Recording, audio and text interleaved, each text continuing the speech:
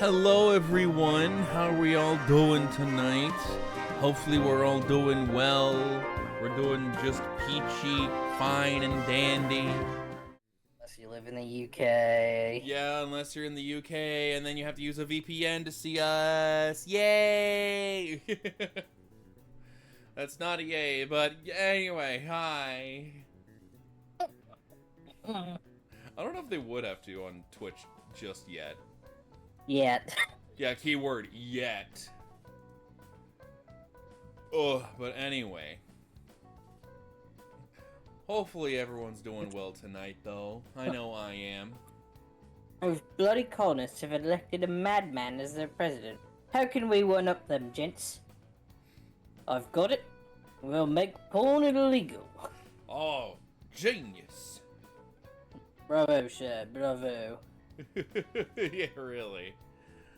That's how I imagine it happened. UK was like, wait a minute. We have to one-up Trump. Yeah. How do we do that? I've got it. Let's ban porn. Yeah, really. God damn it.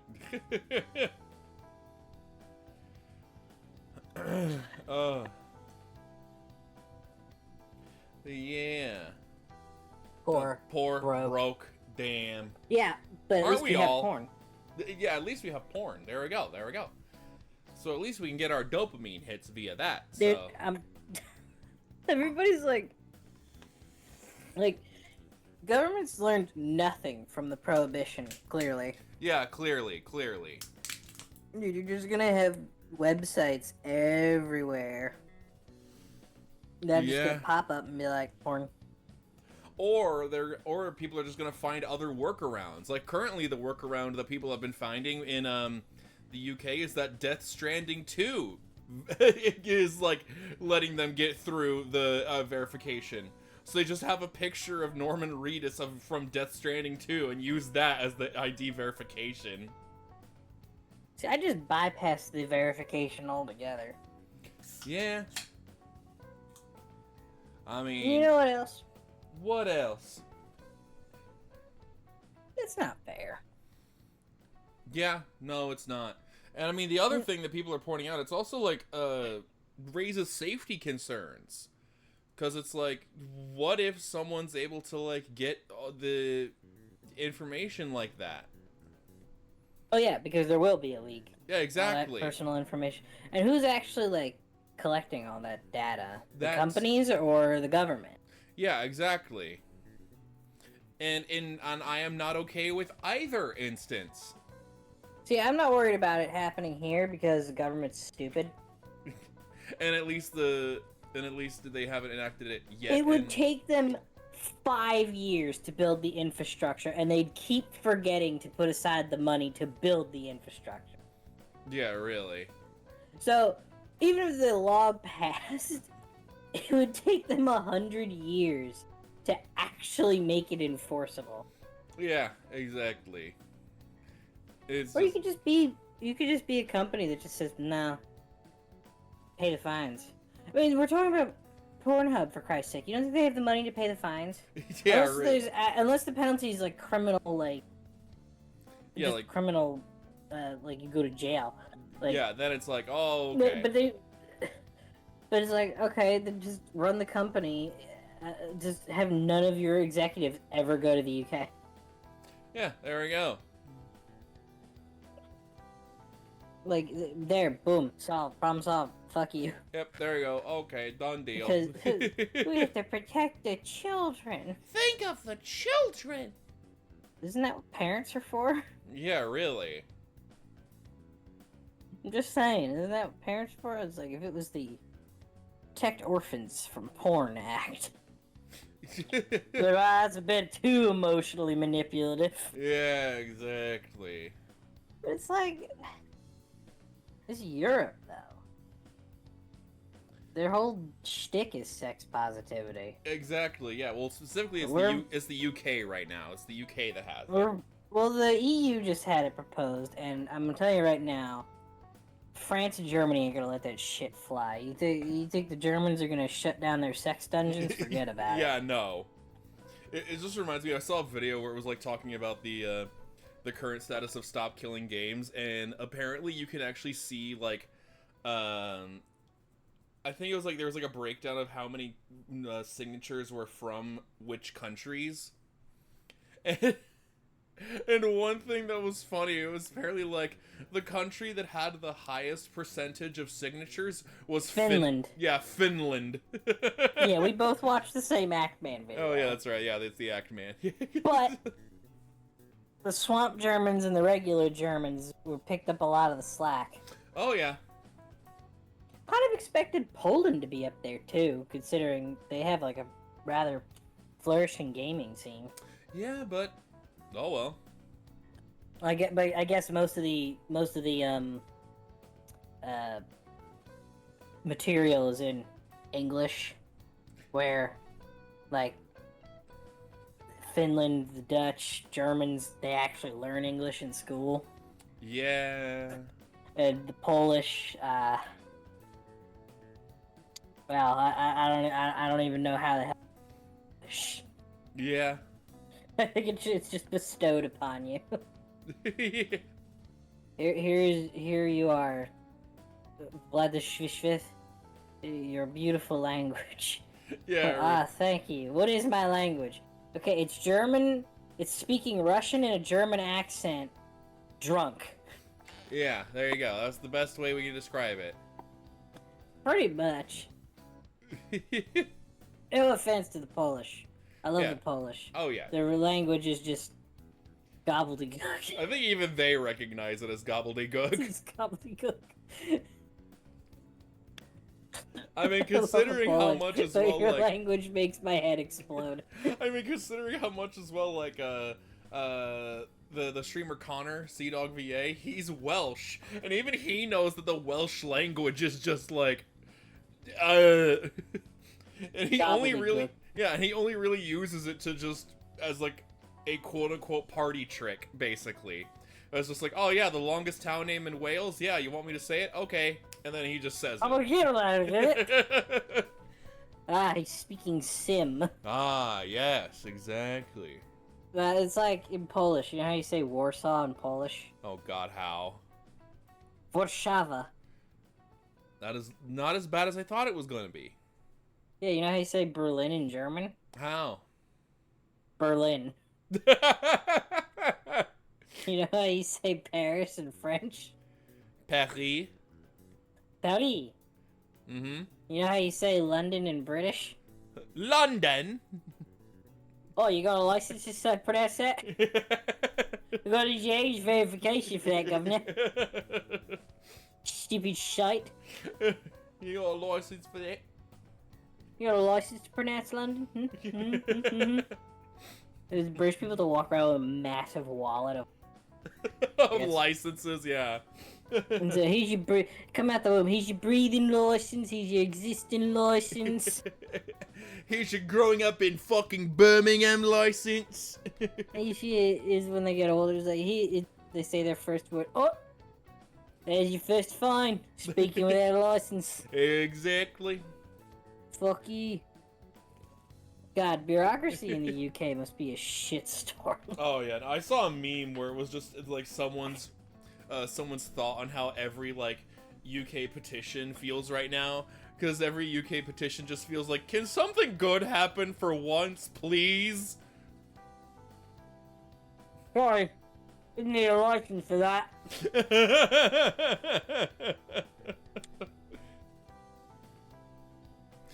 We accepted your application for the bad times license, but we're still pending your good times license. Yeah, exactly. Oh my goodness. None of the old farts in the House of Lords even like, wait, what? Abandoning the bone? What the fuck? And Charles is just gonna be like, well, I guess we're gonna have to cut Keir Starmer's head off for this. Yeah, exactly. I'm trying to find it again, and I just saw that apparently Disney is continuing its recent trend of actually referencing Kingdom Hearts and stuff. Wow, I'd like them to re-continue their trend of making good movies. Yeah, that too. Yeah, that'd be a good A thing. trend that seems to have ended, like several years ago. At least 10 years ago. Yep. 20, depending on who you ask. Yeah.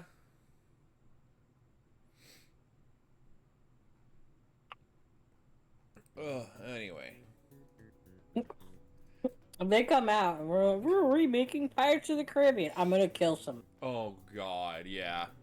No, I think I'm it's... just like, Disney, just fire every single person you have running your film stuff. Who's advocating for the live-action remakes? Yeah, just fire them all out of a cannon. Feed them to the alligators in the fucking bayou. Exactly, yeah. Nobody will ever find them. They eat the bones. Yep, exactly. The fucking... Whoever you have running your fucking film department, these dumb motherfuckers probably were like, yeah, Avengers worked, and now what else do we do? Yeah, really. Animation department? We don't need that. We're the largest animation company in the world? Warner Brothers can't write a goddamn fucking things. I think we're safe for animation. Yeah, really. Because they're just turning a blind eye to the DC animated stuff. Which is good.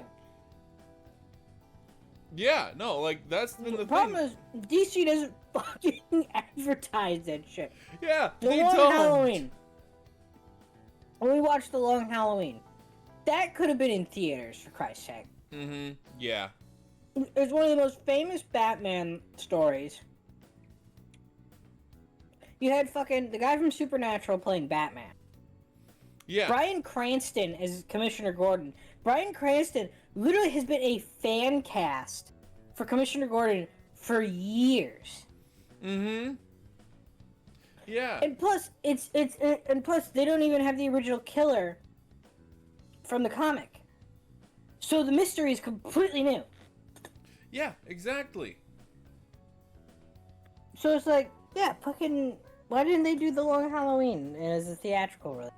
Yeah, I'll exactly. never know. Yeah, God, Batman actually doing detective work? Audiences will think that's too fucking boring. Yeah, really. Nah, we don't want that. And James Gunn, I hate you, but for the love of God, Don't fuck up Batman? don't fuck up Batman. I think he's Do not well fuck up aware Batman. of that.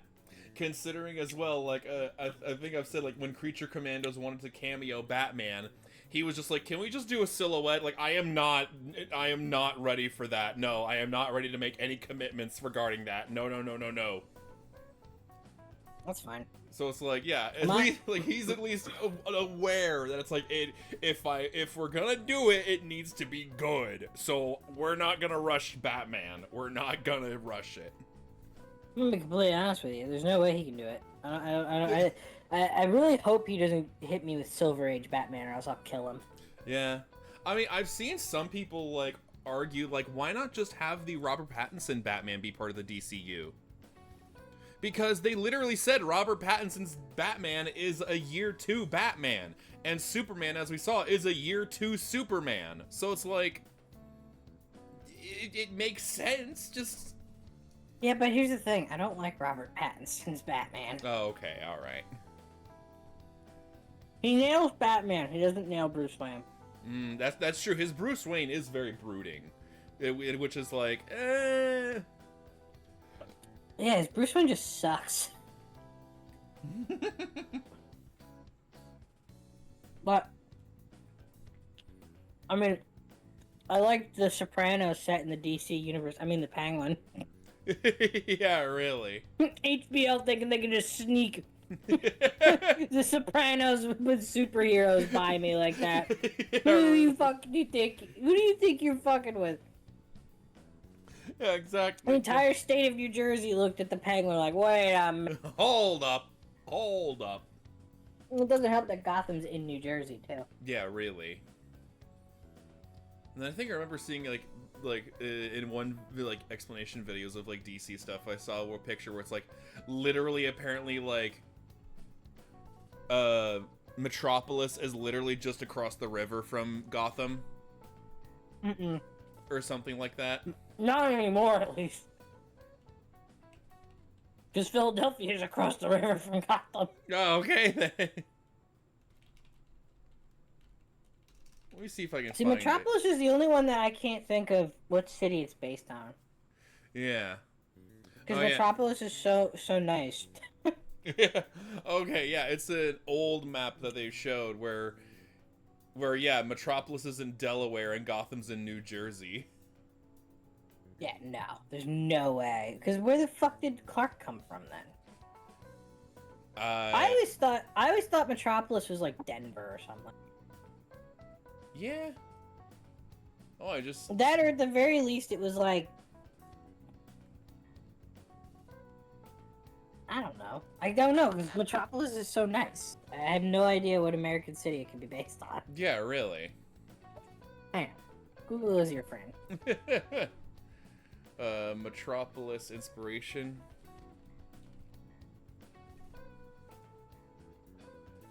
New York City! Fuck! God damn it.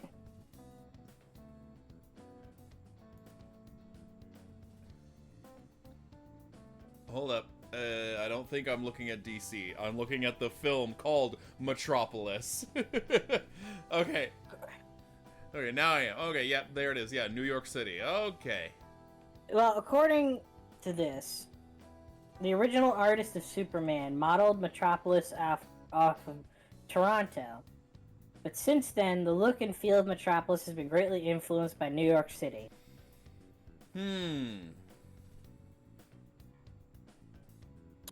So what? Metropolis is supposed to be like Manhattan, and Gotham is the rest of the jungle? I guess. I don't know.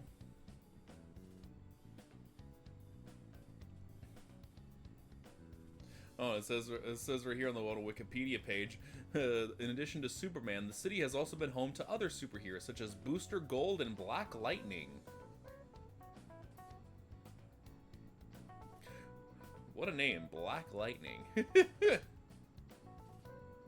Oh, Frank Miller literally said, Metropolis is New York in the day, Gotham City is New York at night. Ah, there we go. That makes sense. That makes sense.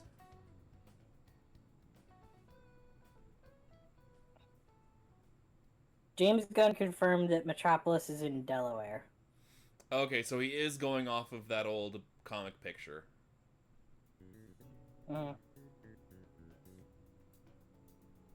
Which is weird, because Bloodhaven is supposed to be, like, the twin city to Gotham.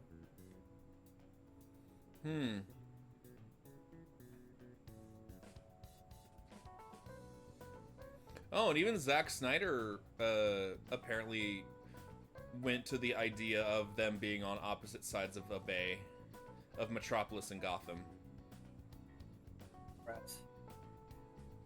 So it seems like a lot of people who've worked on DC stuff are just like, yeah, it makes sense to have them like that. And it's like, okay then. Which then makes it infinitely funnier, the Gotham City Easter egg in James Gunn's Superman movie.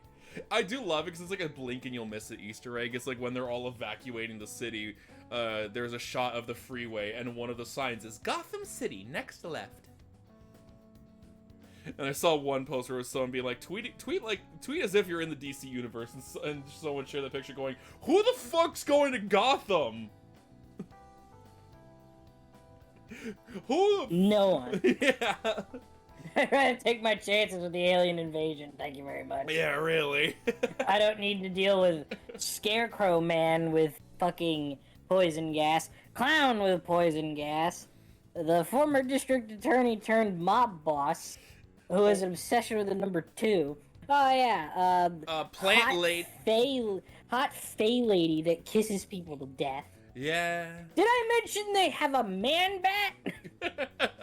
What about a guy made of clay who can look like anyone? Oh, I can't forget about the guy that literally has a fucking freeze ray. Or what about the guy who's just a giant crocodile? That giant crocodile.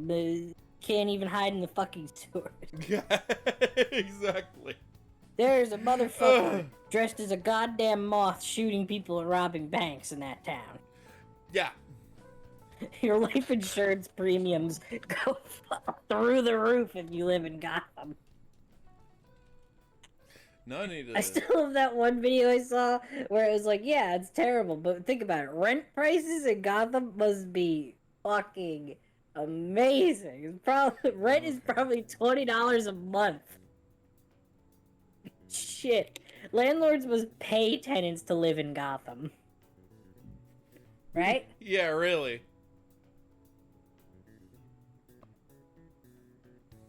Dude, even Bruce Wayne doesn't fully live in Gotham. He lives off of a fucking hill, like 300 miles away from the goddamn place. Yeah, really.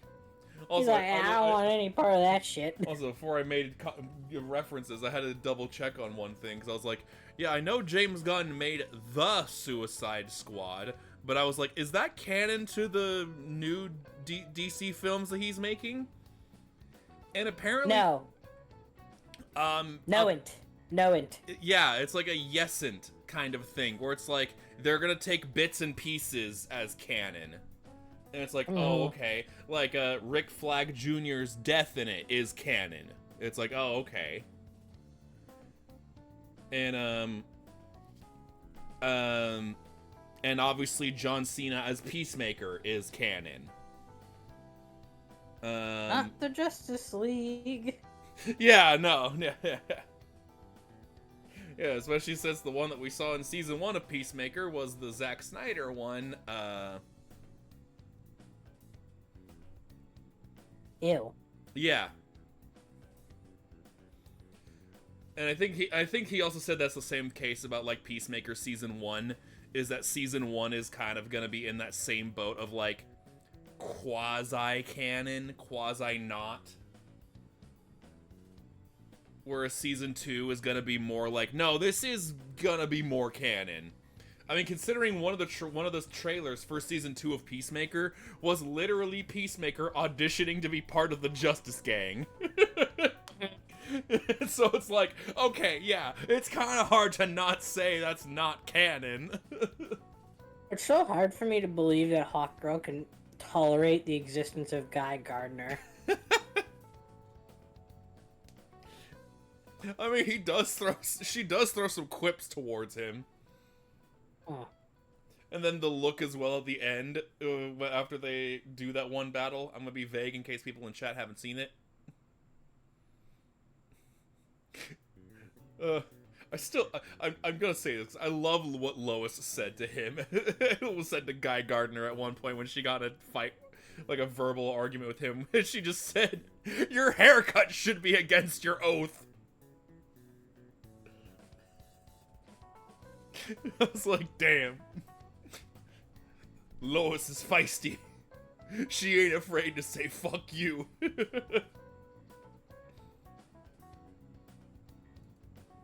And of course, speaking of that as well, apparently James Gunn finally released the high quality videos of the mural that was in the Hall of Justice in Superman.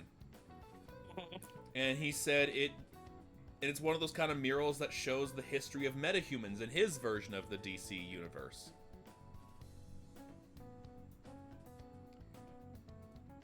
Let me see if I can quickly take a peek at it. I did pull up a video where it is like a guy explaining all the heroes on it and then going off of like, okay, considering they're on this section, maybe this is what it means. But let me just grab the photo. Here it is.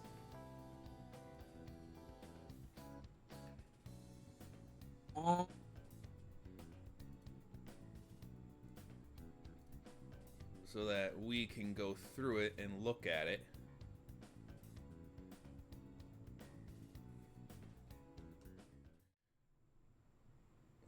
Aside from looking hideous, I mean, it's just supposed to be just a mural on a wall anyway. Like this comment. Can you name all of them left to right? I can, yes. That's all he said. I love that. Nerd. Anyway, but yeah, that's that. I remember hearing that where it's like, yeah, it's a lot of the golden age DC characters that are in this like mural. I recognize Jonah Hex. Is he in this Um, first one? yeah, Oh, he's is on the horse. okay. Yeah, I was about to say, isn't he the one on the black horse? Obviously, this is the Yeah. one that was the guy that was suit then later called Flash. Mm. There's the Grey Ghost, the guy with the cape and the gun. Oh, this guy. Yeah, he's not even a real hero. He was Batman's inspiration in the animated series. Oh, okay. Do you know this guy with the sword and shield over here? Nope. Okay then. Anybody else on this first half that that you know? Nope. Okay, let's check the second half. I recognize the two with the metal helmets. Oh, these two. Mm-hmm. Don't remember what the fuck Their names their are. names were. You're just Mm-hmm. like, I know they exist, but that's They it. were in an episode of Brave and the Bold. That's all I remember. Okay then.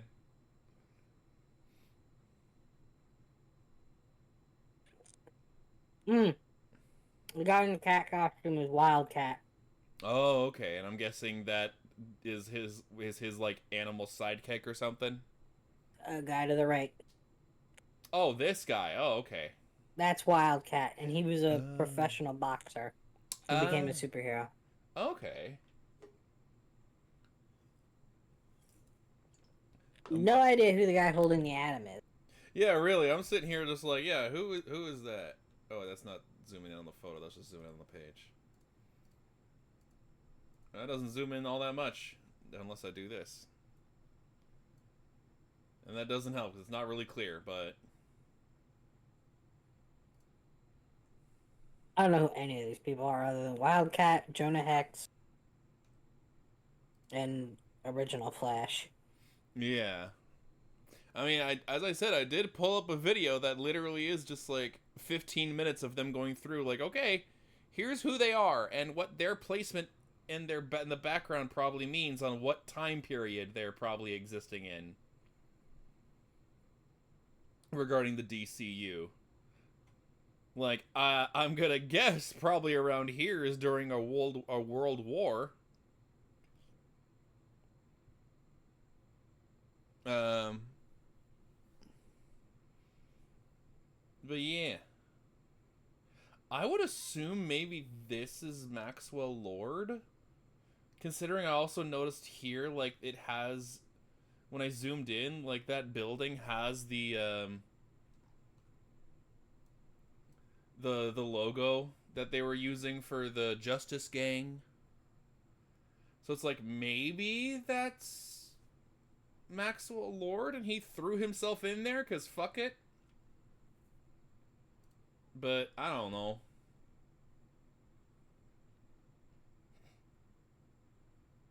Let's see who can name them all. Okay, yeah, can someone... Oh shit, someone did! Alright. Madame Xanadu, Nimue, and whatever the fuck. Brian of Kent? Yeah, that Kent. Okay, then. And they only named the medieval ones. Okay. Oh, okay, here's someone naming them all, it looks, or most of them.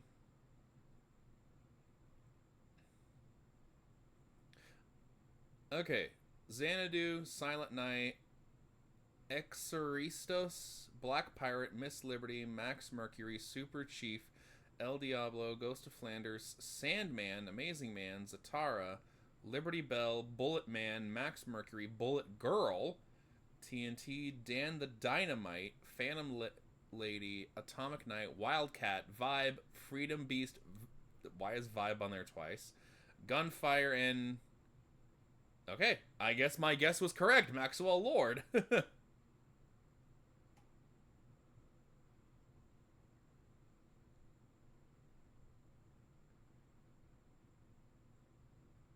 Hugo Danner.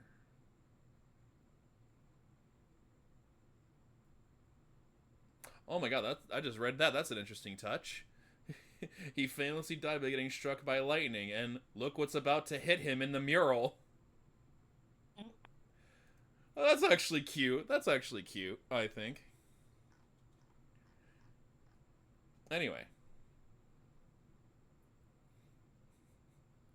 Are you ready for the main attraction? Yes, mainly because we started talking about James Gunn's Superman and my ability to keep interest rapidly deteriorated. Okay, alright. But anyway. It's like I'm trying my hardest not to hate it. Mostly because you're recognizing it's in a good direction. There's, like, obviously, like, things you dislike. Listen.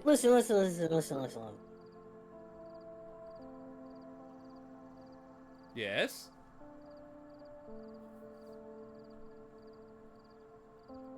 Are you checking for the DC snipers?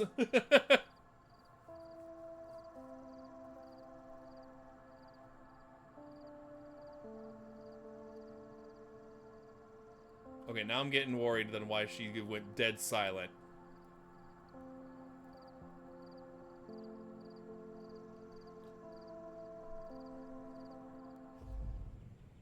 Okay, is she even in the game? That's gonna be my question. Lost connection to host. Okay, there you are. Crashed. There you go. Okay. I was sitting here going, where is she? Where is she? Your game crashed. No, my game actually is running. Oh, well, it said lost connection to host, so I assumed your fucking game crashed. It didn't actually. Well, crash it. Also, I think it might have been your Wi-Fi, because literally all I heard from you is, listen. And then nothing.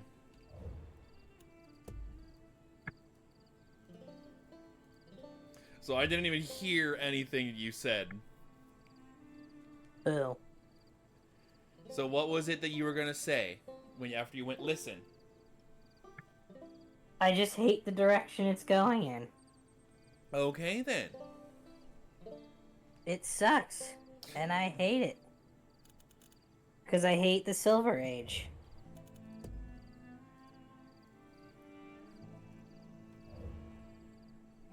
I've invited you. Also, the Star Trek people are in a tizzy. Why? In the trailer for some new show, there's a Jem'Hadar woman. Oh. Okay. Yes, and the nerddom has exploded. Because Deep Space Nine reference, except they did it wrong! Yeah, really.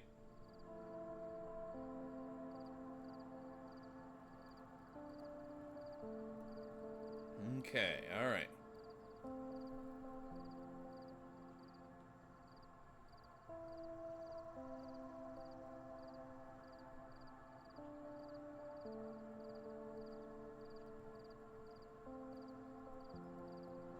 Okay, I guess we're not playing Far Cry 5. Did it kick you again? Yeah, it said lost connection to host. Host ended the game session. What the fuck? Alright, well, I'll just restart my game then. Same here, like, what the fuck?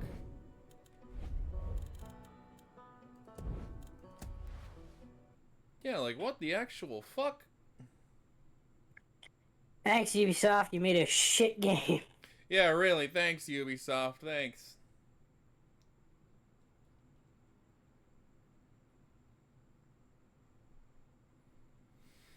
Ugh.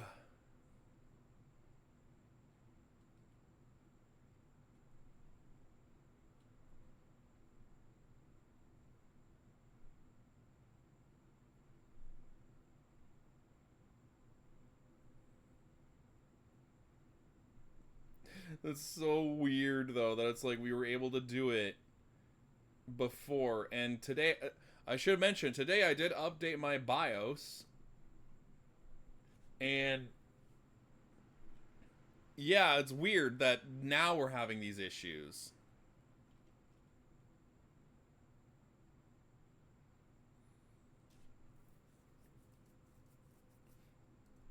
Even though it's like, shouldn't updating stuff make it work better?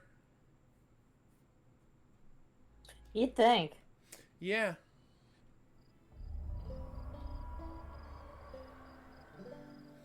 Okay.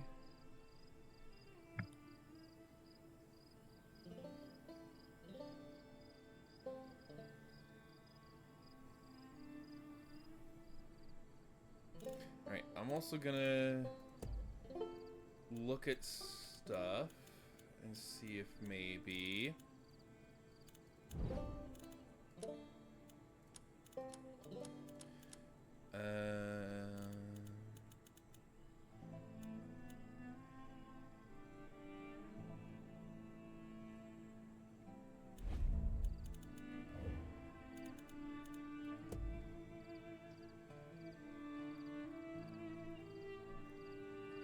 Alright, what about... Okay, settings...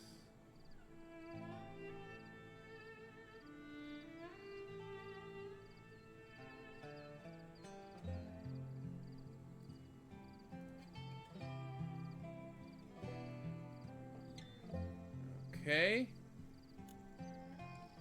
Weird. Anyway. Let's hope it works this time.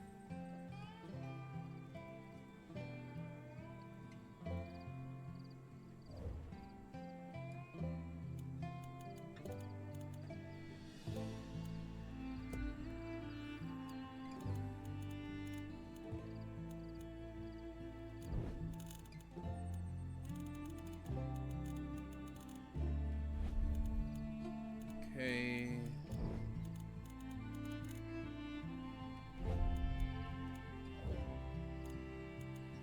Alright.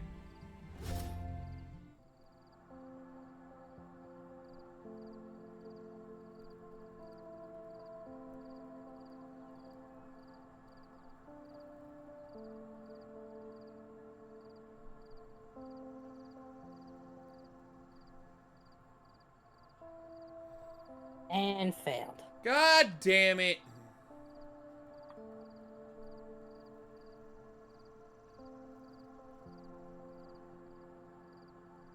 Well, this is fantastic.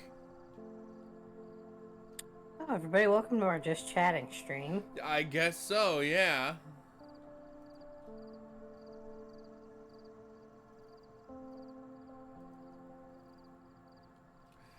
Oh my goodness.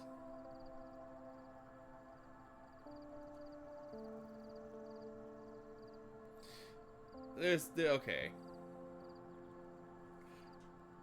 For the stream, let me do this.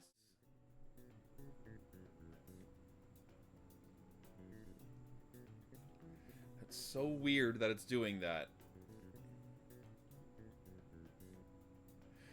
Anyway, I mean, I guess we could watch the video I mentioned then. Or we What could, video is that? the one talking about the mural and actually going through. Nope. Okay. All right, then. I don't need to spend stream just struggling with the fact that I don't like James Gunn. Fair, fair, fair. It's like, I'm happy he's reinvigorating in DC, and I don't want to stand in his way by being, oh, fuck James Gunn, meh, meh. Yeah. But at the same time, I fucking hate... I hate the Silver Age. I really fucking hate the Silver Age. Yeah. I really, really hate the Silver Age. Yeah. Like, it's like, I get it. We wouldn't have what we have now without the Silver Age. Yeah. I fucking hate the Silver Age. Yeah. Like, Tim Burton dragged DC into, like, adult stories, kicking and screaming. Yeah, exactly. Can we not regress? Yeah, really. Back to fucking... Oh god, no. What do you mean? You can't do this to me. You can't do this to me. You can't. Don't do this to me, please. What, you don't want to watch this? Oh god, no. You don't want us to watch this? I didn't say that. I'm just saying, don't visit me. Oh my god. Oh, yeah, I should go back to here. So chat could see what I pulled up. I can only imagine what it is that's making me so scared. If only there was a host that would determine what it is. Alright. I am. It's Dead Rising 4, and I'm gonna go on 1,000 billion rants. Okay.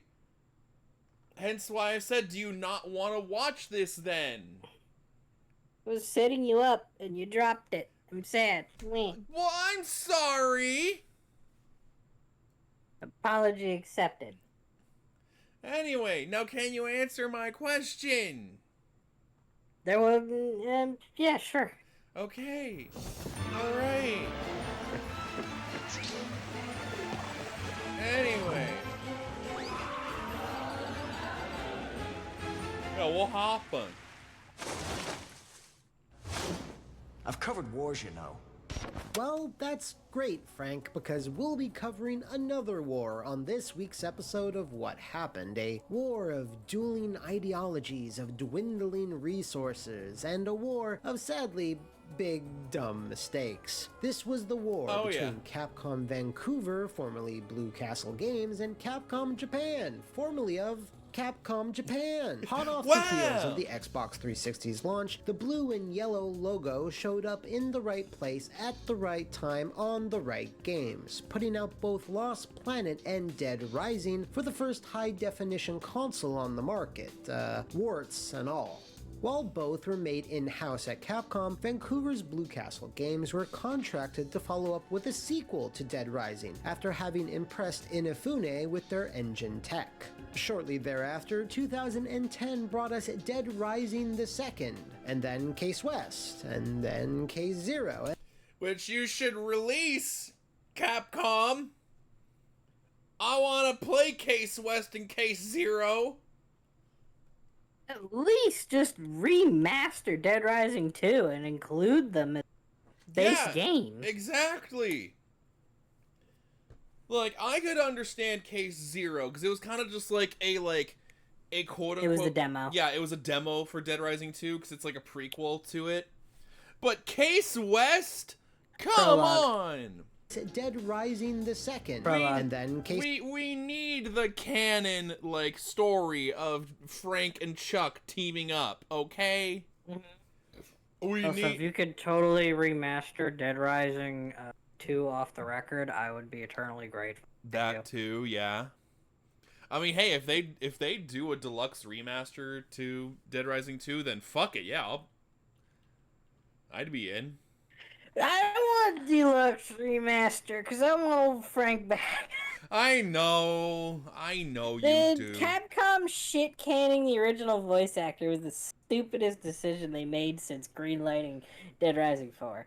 I mean, but again, I'm also sitting here like they also changed everyone.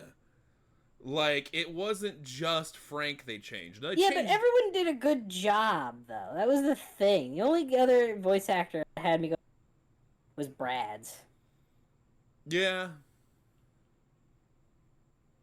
Case West, and then Case Zero, and then Off the Record, and by then they were probably getting a little tired of Dead Rising.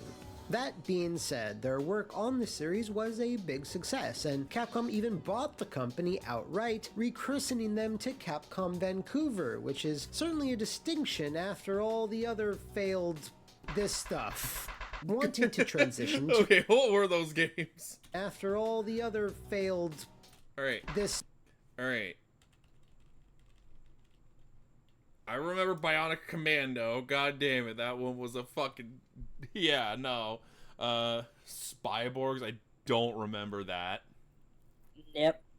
Dark Void, I remember seeing the cover art of that, but I never played it, and I never saw gameplay. Never heard of any of these games. And then what was the... And then what did he... I think he repeated it. Oh, Age of Booty. Okay, then. Alright. Just a pirate thing. And then he repeats Bionic Commando. Oh, and then he just repeats it again. Okay. Yeah, he just repeats it. Wanting Okay. to transition to making other projects, the heads of the studio assigned smaller teams to begin making prototypes for potential IPs to pitch to Capcom. One of these games was codenamed Brazil, an action horror game that shared more than a passing similarity to Dead Space. After close to 2 years of work, disagreements arose between the production staff and the Capcom higher-ups, which eventually saw them shutting the whole thing down, and the team were then shuffled onto Dead Rising 3, which was then entering production. Now, unlike the Dead Rising 3 we know today, this early version began life with the intention of it being a 360 and PS3 title as a sort of send-off to both machines. This is what happened though, and complications quickly arose with this particular title, complications that would set off a chain reaction of decisions, communication, and miscommunication that would have dire consequences down the line. It's like Dead Rising 3 was like a high watermark, and also like you could even when you play it, it's like, what the fuck were they thinking? Yeah, it's in that. It's like it's good. It's a good game, but it's like it's not Dead Rising. Yeah, that's what I was gonna say. It's like it still has Dead Rising soul. I don't want to shit on Dead Rising 3 because Dead Rising 3 was fun. I loved it. It fits. I like it.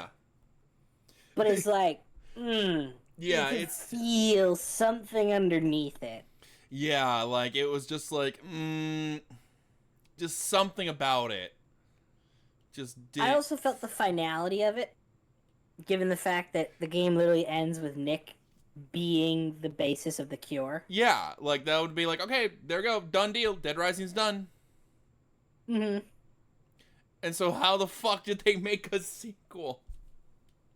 Ideas for DR3, but their technology was lagging behind them, as their game was supposed to be pushing a seamless, no-loading open world and a large variety of zombie shredding combo vehicles. Now, while both consoles were struggling to do these features justice, the PS3 was being particularly nasty about it, and performance was stated to be so unstable that the entire project had a good chance of getting a bullet into the brain. Oh my god, that was PS3 footage? Holy shit. Or unfortunately, depending on how you look at it, Microsoft began investing in third-party exclusives for the all-in-one entertainment system, the Xbox One, which saw such classics as Rise, Son of Rome, Fighter Within, and other used game bin fodder. Anyway, since the PS3 version was being the primary source of the project's woes, Capcom took the deal. Microsoft funneled more money into the project, and an extra year in development was given so it would be an exclusive launch title for the One. Around the same time, Vancouver again tried pitching a brand new IP to Capcom, no doubt wanting to diversify their portfolio a little bit because it was starting to really smell like a zombie. New Frontier was a wildly ambitious, spacefaring action RPG that focused on high-speed vehicles, planetary discovery, and melee combat. 6 months was spent making a vertical slice, which was then presented to Capcom. Unfortunately, the project was deemed too ambitious and expensive to produce, and since they were unwilling to invest in it, the pitch was rejected. By the way, get used to the words, the pitch was rejected. That can't be good. It's also around the same time that Capcom Vancouver's original president and founder, Rob Barrett, decided to step down from the company for unspecified reasons. Probably because Capcom kept saying no to their ideas. He's like, oh, fuck it, I'm done. I think it's pretty obvious Capcom was already thinking of shutting down their overseas studios at this point. Yeah. Because that was... Capcom had been planning on doing that forever because their overseas studios were not doing well at all. Yeah. And Capcom was just, broadly speaking, they just weren't interested in anything their foreign studios had to offer them at all. Oh, yeah. And it's not like Capcom was like, oh, a big evil corporation. No, their foreign, like he just showed, their foreign did not make winners. With Capcom Vancouver being the only one with a successful franchise. Yeah. And that's why they basically told Vancouver, if it ain't Dead Rising, I don't care. Yeah. Or I don't want it. Mm-hmm. Anyway, let's continue. Newcastle had only started producing games around 2007, so Barrett's sudden departure was a bit odd and very, very foreshadowing. In his wake, the producers who had brought Dead Rising 3 to market have been elevated up the company ranks in the interim, which is certainly the best option they had at the time, but it also marks another important point in this story. From here on out, the studio was lacking solid leadership. Now, with DR3 in the rear view, the team needed to push forward with a new game, and in the exclusivity deal with Microsoft, the computing giant was also given a first refusal of whatever came next for the zombie franchise, meaning if Capcom was to make a sequel, Microsoft would get offered it first. However, in a post-The Last of Us world, the Xbox would need its own exclusive zombie survival franchise to compete, and hey, would you look at that? This franchise so much. With Microsoft producers now on the ground floor, I can now lay part of the blame for Dead Rising 4 on The Last of Us. Change, Dead Rising 4, or known by its codename Climber, was set to turn the series on its decomposing head.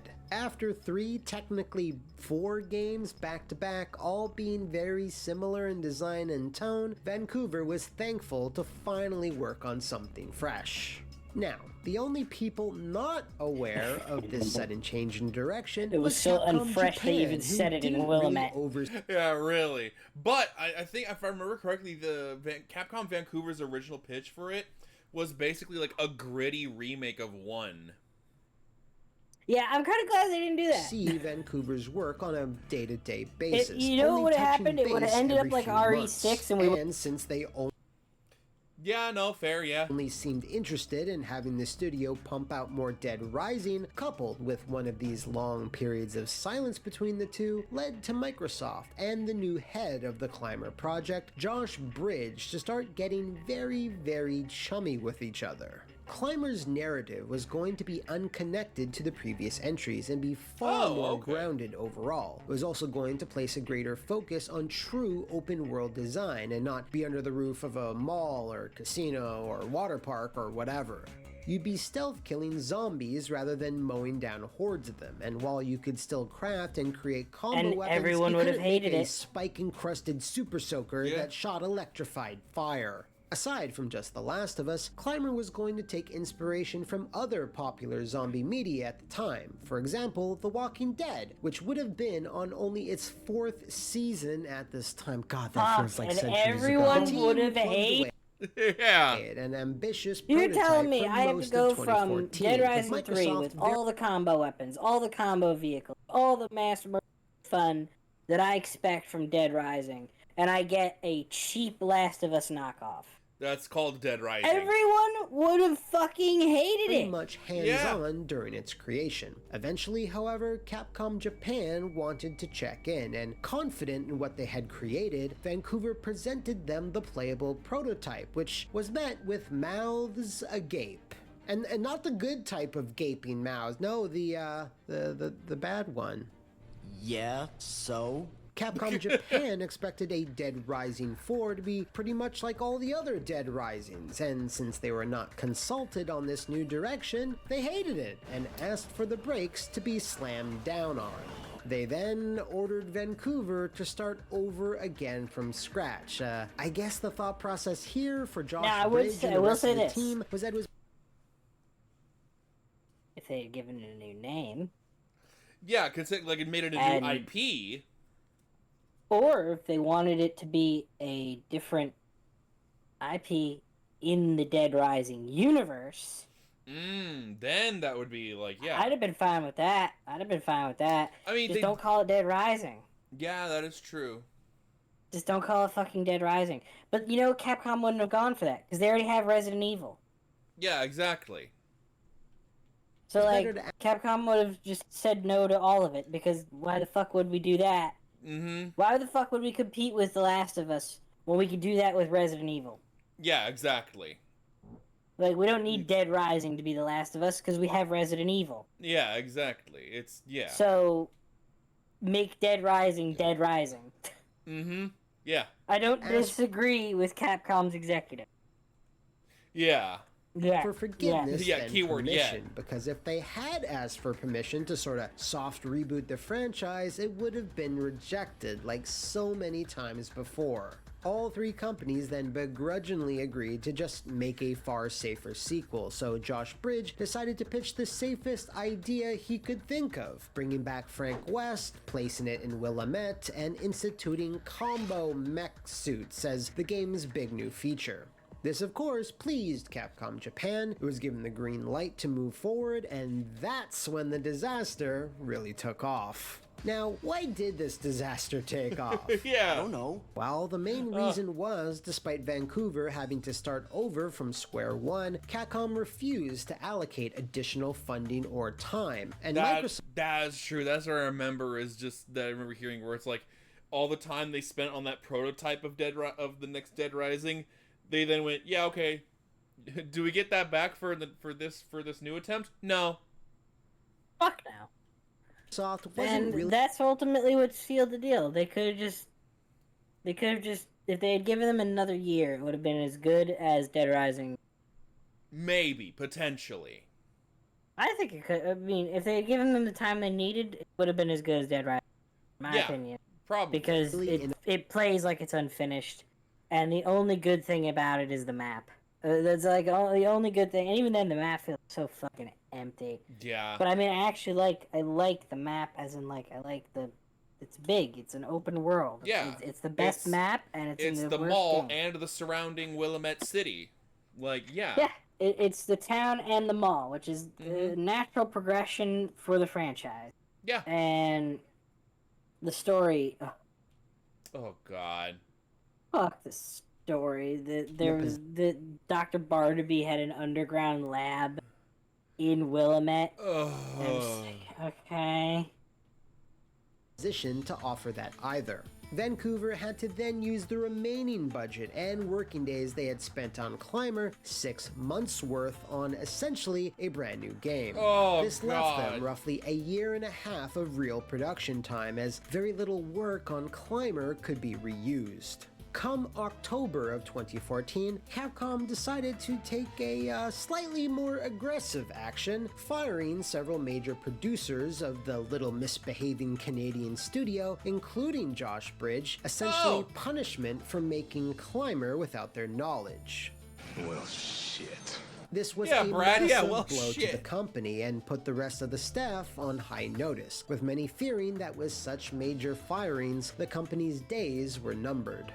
Complicating At that point, matters just is cancel that the those project. same firings Yeah, were exactly. the leads on Frank West's big return, leaving the game without any focus for months. Now, due to all these factors, much of the staff saw the bloody writing on the wall and decided to leave the company before its inevitable closure, with roughly 40% of the original staff cleaning out their desks. Vancouver's remaining troops, assuming that DR4 was going to be cancelled, tried pitching other safe projects, including, but not limited to, a small prototype for Resident Evil X, a action-flavored spin-off on Capcom's crown jewel. This pitch was, again, rejected by Capcom Japan, as the lukewarm reception of RE6 fanned away the distinct Michael Bay-esque smell that the series was starting to emanate.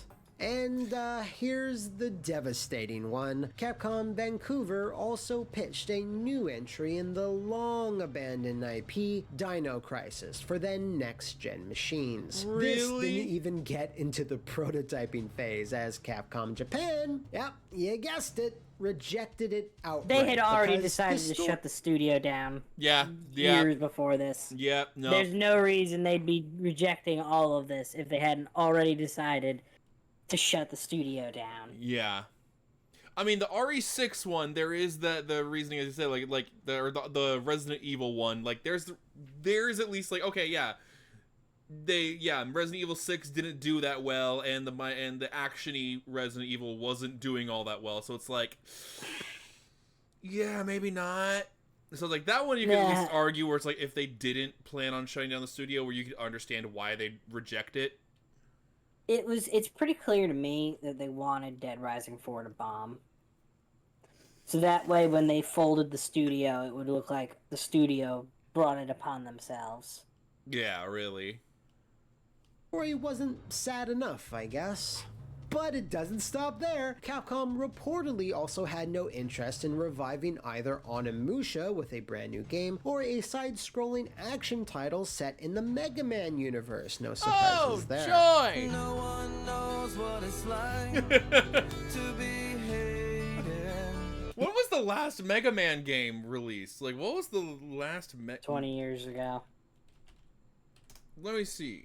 Yeah, list of Mega Man games. What was the last one? Mega Man 11, 2018. So the 2018 is currently the most recent one. The fucking patch a slot machine. Okay. The Legacy Collection came out in 2018 as well. Yeah, in terms of original things, Mega Man 11 was the most recent one in 2018. Great. Great. I want to rock, but hi, geeks. When did Dead Rising 4 come out? 2019. 2016. 2016? Holy shit! So by that point, the last one was Mega Man 10 was the last one. Oh, that's right. I didn't play it until 2019. So, oh my god. Fuck, I'm old. I know, right? We're doing alright. We tried to do Far Cry 5 today, but it's now no longer working after I updated the BIOS on my computer. So, yeah. Because Ubisoft is a shit company ran by shit people. Yep.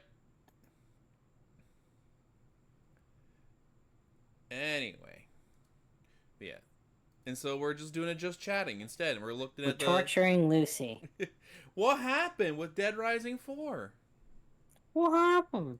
With none of these projects getting picked up, the remaining staff was resigned to just try and focus on Dead Rising 4, with designer Joe Nichols reportedly stepping up to lead the project. Even with that, though, things were very tough going, as the studio was still bleeding talent out of every oozing orifice every single month DR4 dragged on. Oh, One of joy. those talents was Annie Reed, longtime writer of the series, who left near the start of 2015, with all her work up to that point being rewritten by others, which... Oh, joy. That's definitely what you want to hear. Yeah, the main writer of the series left. Fucked off, yeah. And the work she already did was rewritten. God. Which explains the problems that fans had with Frank and pretty much every other character. And you believe that? How fucking naive are you? Oh, that's nice. Tank bus! Holy shit, Frank. This is some atrocity level shit going on here, and the best you can do is crack wise? That is unfair. I have photographed things and thought about things. What in the world? Yeah, thank you. Thank you, Frank. What in the world? From this point on, with the budget and time rapidly draining away, many features from previous entries had to be cut, or if they were extremely What in the lucky, fuck was that dialogue? greatly I don't simplified. know. One of these features was Psychopaths. The studio was Thank struggling God. with how to implement them, because as of 2015, cartoonish parodies of mental illness were seen as a tricky subject to tackle. Ultimately, though, it was really the lack of time that killed their inclusion, as designing several compelling boss fights would eat up precious time and resources. As a compromise, maniacs were shoved into the game at the 11th hour, mini-boss encounters that were greatly scaled back in presentation and AI, compared to the psychopaths of old. Frank West's photography skills increased, however, as a direct emulation of popular assorted detective visions from Batman and a bunch of others. I actually like Vancouver this. wanted to do even more with this feature, designing an almost Metroid Prime-like search view that would activate certain paths and objects, but with time very much not on their side, it was cut. But Oh, wait, joy. there's more. God Things forbid that the didn't investigative exist. journalist. is an investigative journalist. Yeah, really. At one point, there were side stories which focused around serial killers, with Frank having discovered clues at various crime scenes with the help of his camera. Any guesses on what happened to this feature? They were shit canned. They were out of time. Any guesses at all? Cut, man! Another big, and some would say biggest, missing feature indicative of Dead Rising was the timer, which was a source of tension throughout the games. While the decision to cut it was partially due to Vancouver, Yes, if you're Microsoft, watching, I remember I disagreed with you. We had a chat about this. Oh, yeah?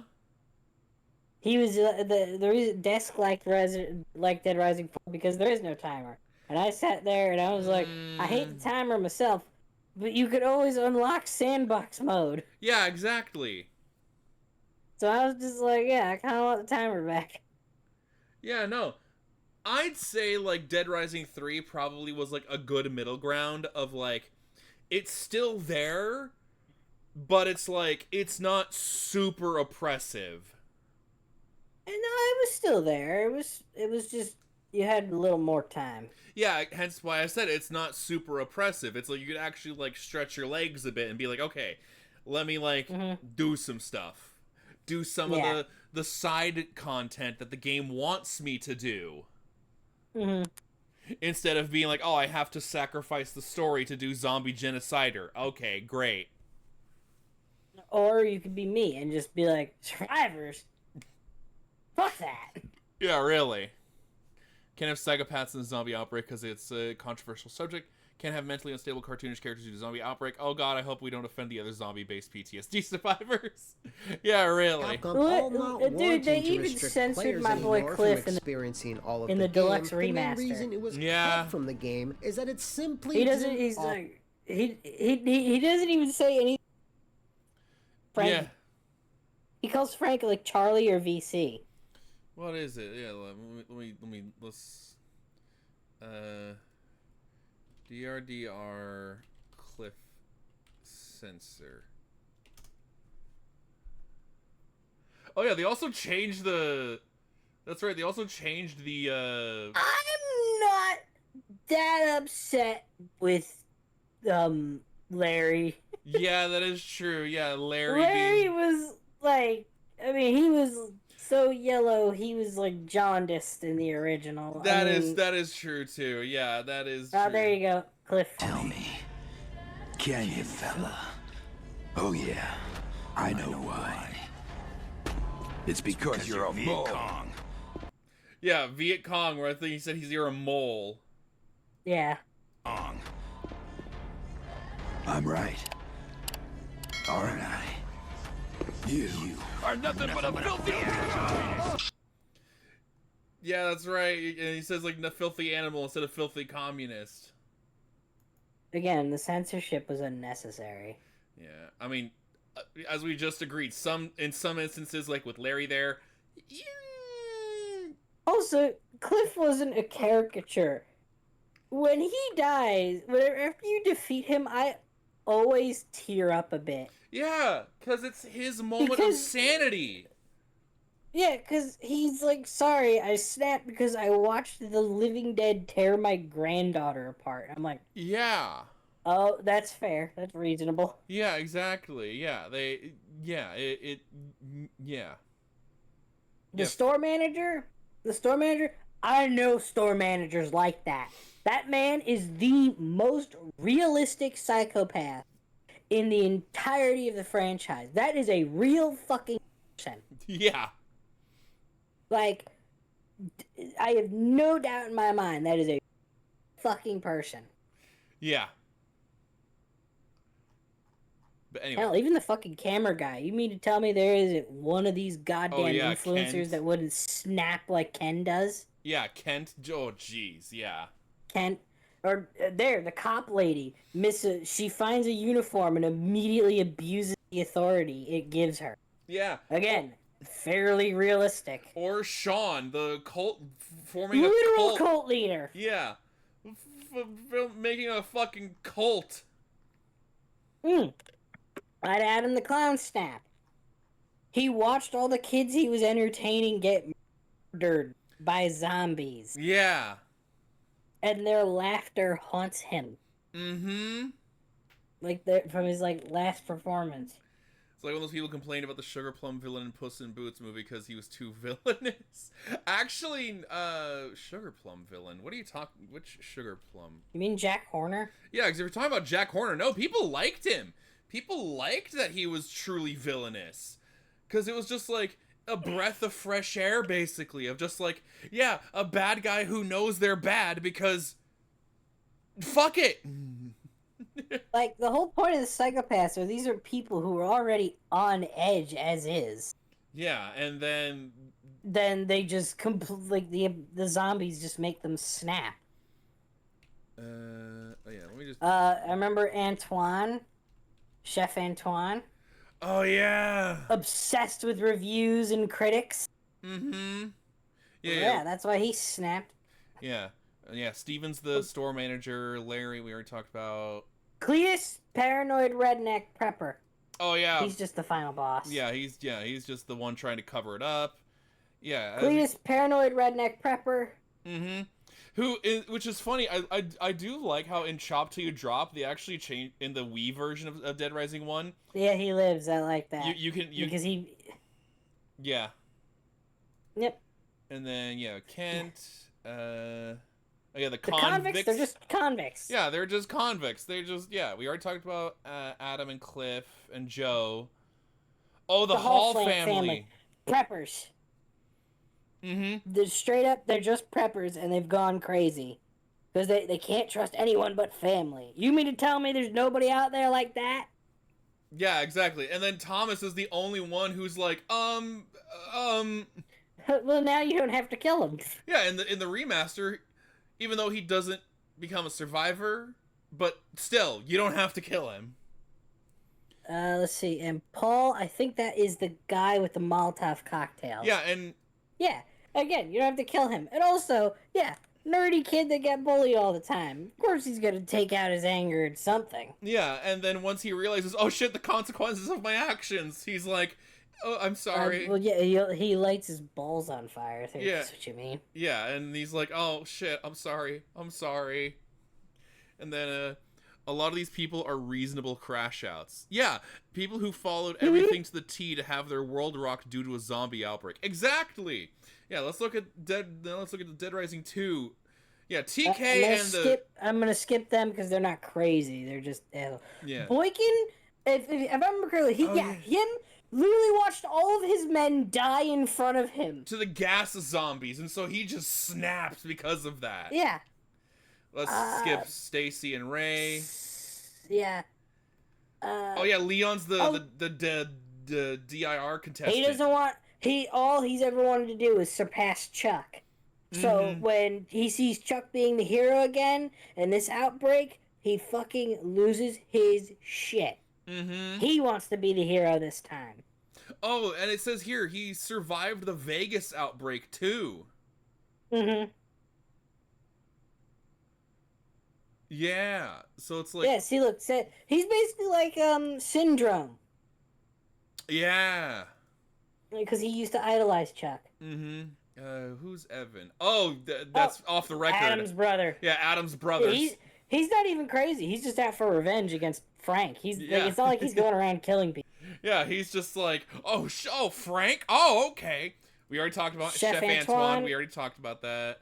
Him, yeah. Again, another guy who spent his entire time as a mall cop being bullied and made fun of because he's not a real cop. And then he finally he finds that fucking 6-shooter, and now he's the man. He says, I'm the big man now. Yeah, it says right here, he uses the outbreak as an opportunity to act as a de facto sheriff. Yeah.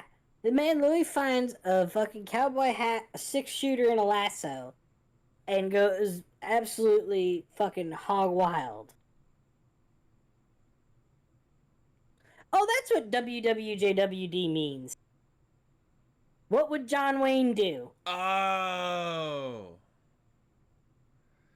It's almost like when people's mental health is pushed to the brink, they are crazy when they have enough. Yeah, really, it's weird. Yeah. And then Slappy. Slappy! Dude was literally had finally worked up the courage to ask the girl of his dreams out. She says yes, and then the zombies came. I think it that just finally breaks him.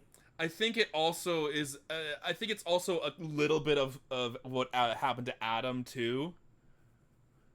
No, because Adam literally just watched the kids that he was entertaining get murdered. Adam was just traumatized. Slappy had fucking finally worked up the opportunity to ask the girl he was crushing on out. Oh, it says right here, before yes. the brag, he was going to go on a first date with her. And then, she was killed during the zombies. Oh, yeah, so it is that's him. what broke him. Yeah, okay. Yeah, it's almost like I know what I'm talking about.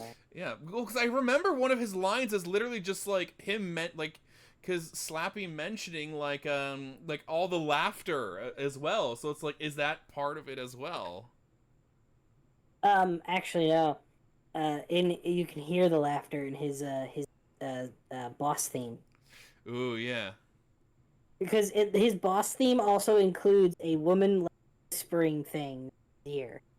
So it's heavily implied that his boss theme is actually what he's hearing in his head. Oh, okay then. Yeah. Anyway, and then oh god, Randy. Ugh. I mean he's a Reddit moderator. Clearly. In Vegas. In Vegas. Well, quote unquote Vegas, but still. This is a guy that I don't even think he's crazy. I think he's just a spoiled brat who never got told no, and now that there's no laws, he can do whatever he wants, and he does. Mm-hmm. Also, I just noticed on the notebook description, it literally does confirm what you said. Socially awkward virgin and internet sex addict. So it's like, yeah, Reddit mod. And then, the Hunters. Bunch of crazy ass rednecks. Yep, I mean, exactly. There's not much to say about that. Yeah. Carl. Which one was Carl again? Oh, the mailman. Again, here's a guy dedicated to his job. He's been well adjusted. He's been a proud mailman all his life. And now the zombie apocalypse has happened. And the only thing barely holding him together is his oath as a postal worker. Yep, exactly. Notice, remember, he doesn't try to kill Chuck or Frank until after he's confirmed they committed mail fraud. I think he also goes after Chuck because he recognizes that, Chuck's the one who, Oh yeah, that's right. Because they think he's Chuck's the cause. Terrorist. Yeah, they believe he's the cause of the outbreak. And I think for Frank, he says Frank committed mail fraud. Yeah. Because he's signing for a package that's not his. Mm-hmm. Oh, it says right here. Yeah, accuses him of mail fraud. So the guy his sanity is literally just the oath as a postal worker. It's just again teetering. Reasonably snapping. The only thing that's keeping him going is his oath to his job. Oh, Ted, poor Ted. Ted's just trying to feed his fucking cat, man. And as he said, people have not been very good to him, but only Snowflake is his friend. And it's like, again, poor Ted. I will say maybe Ted's the exception here, just because. Yeah, he's a bit slow. Yeah, hi Rust. But yeah, hi, Rust. Yeah, it is. Yeah. Oh, and the magicians. Yeah, Reed and Roger. Reed and Roger. Literally, these guys have been prepping for this big show because they wanted to finally break out as a magician duo act, even though one guy clearly wants it more than the other. Mm-hmm. And fucking, they snap when there's no audience. There's nobody who's ever gonna see them, and they don't even know if they're gonna survive.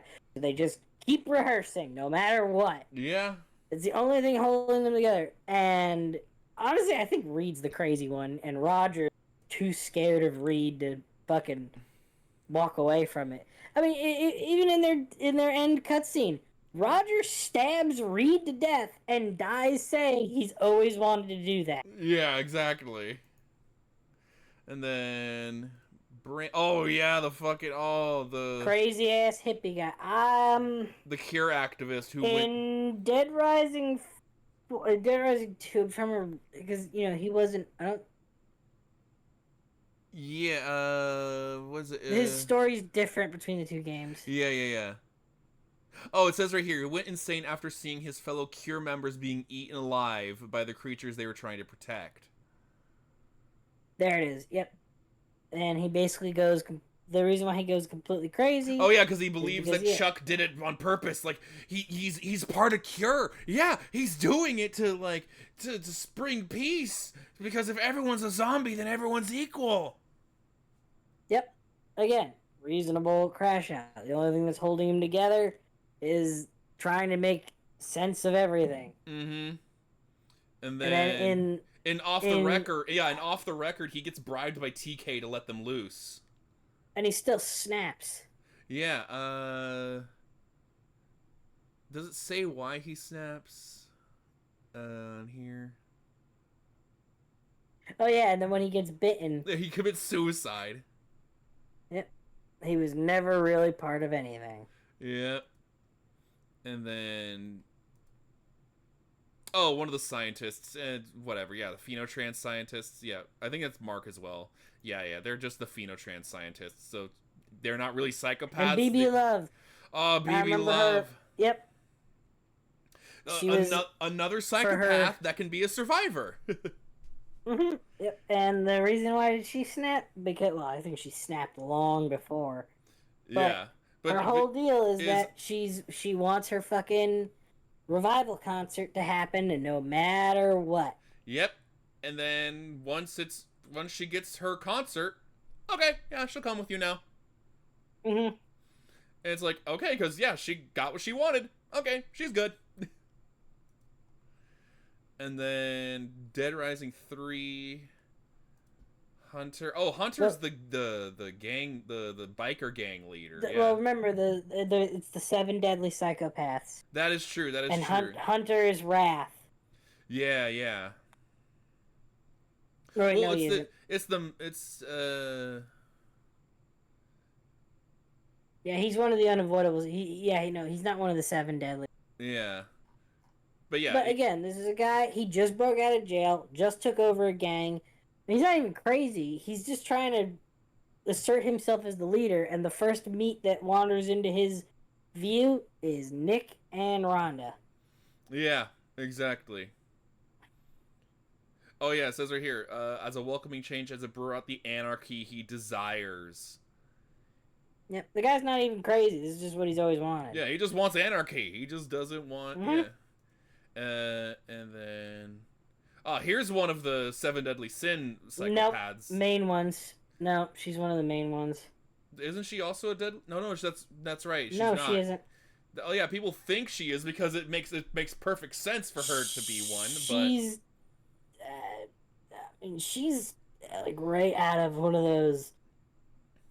I mean, she might as well be. Yeah. But she's just helping the bad guys. She's just working for Hemlock she's working for Hemlock and doing his orders of just clean up the city. Well, kill everyone and help me overthrow the government. Yeah, exactly. Adam Kane. Nope. No, another main storyline. Psychopath. He's not one of the 7 deadlies. Oh yeah, he's just the commander that comes out after you go to the base. That's right. Is Diego? Nah, Diego just... Nope, main story. Psychopath again. Yeah, and Diego is just like, he literally just snaps because of just like... again, reasonable crash out. Yeah, reasonable crash out because he saw oh shit, people with the number tattoo on their neck became zombies. That's not why he snapped. That's not why he snapped. Okay. His unit was tasked with protecting the president, and he snaps after the president is turned into a zombie on TV. Oh, yeah. Yeah, but then once you literally beat some sense into him, he's like, oh, shit, right. Mm-hmm. Nope, she's Yeah, no. no. You don't even fight her. Yeah, no. Red, he's Nope. he's just in it for the money. He just goes, oh, 5 million bounty for Nick? He's not well, even a psychopath. He's just a boss. Yeah. No. That's just the final boss. Okay, here is Now, Ji Wong, he's this guy, nah, I think he's Wrath. Yeah, I think he is because Wrath. Literally his kids hate him, his wife leaves him, his business is going under, and then the zombie apocalypse. Oh, it says right here, the pressures of being fired, his wife divorcing him, and leaving for a refrigerator salesman, and disrespect from his own children. Yep. He sees the outbreak is time to spend on his own to groom his Zen garden and for some peace and quiet. That's right. He doesn't even attack people unless they come into his garden. Mm-hmm. Yeah, it says right here, his Wrath. And then... And Albert's Greed. This guy was already crazy. A fucking organ dealer. Yeah. And he's literally covered in souvenirs and jewelry. Yeah. All the rings, all the watches, all the bracelets, all the necklaces. And he's even trying to steal the most valuable thing a person has. Their fucking organs. Yeah.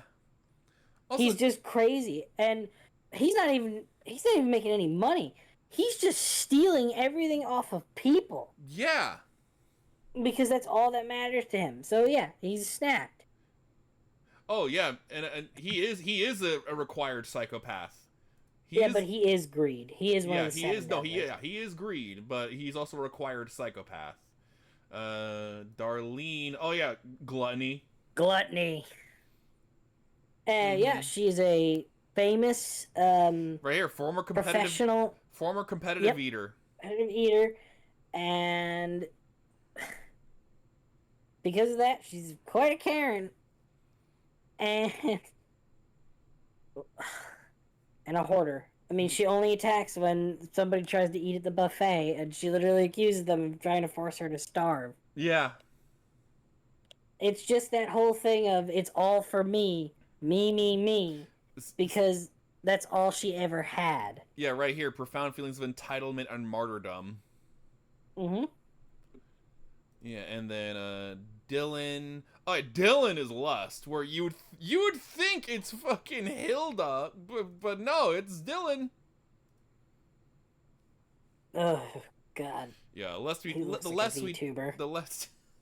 we talk about him, the better. He looks like a VTuber. But yeah, he's just an S&M guy being just again, another guy that just takes advantage of the anarchy. He's going to indulge in every fantasy he ever had. Yeah. And then Pride. Mm-hmm. Don't like her. Considering she looks like what a child would draw if you told them draw a lesbian. Yeah, really. And then, but yeah, as it says here as well, like she's not really harming anybody when you find her. She's just working out, and Nick is like, excuse me, sir. And then that's what makes her snap, is just being like, I am done being mistaken for a man.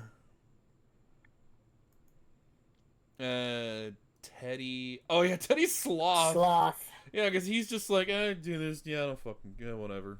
And he dies a lazy man's death. Heart attack. Fucking heart attack. Yeah. Oh yeah. He's in the mayor's mansion. He's not even like fully aware what the hell's going on. He's the mayor's son. Yeah.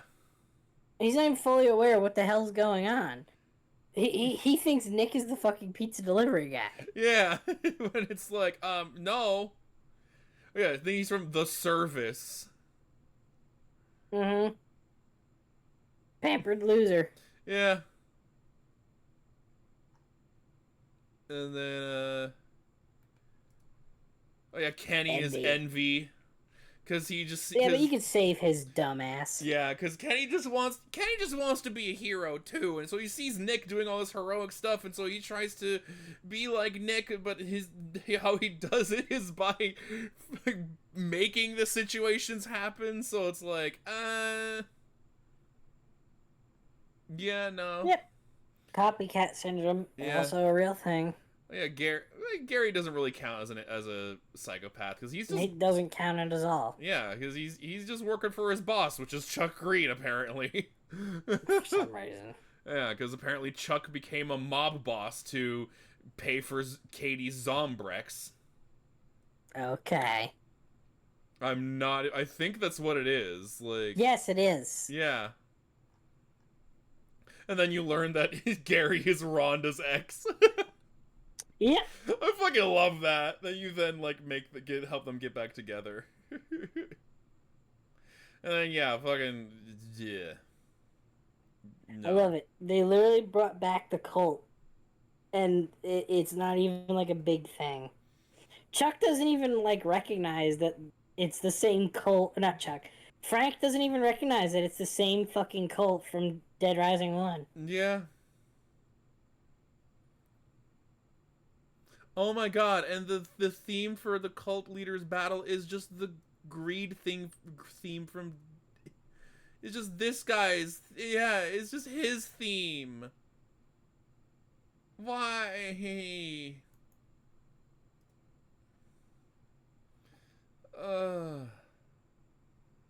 Anyway.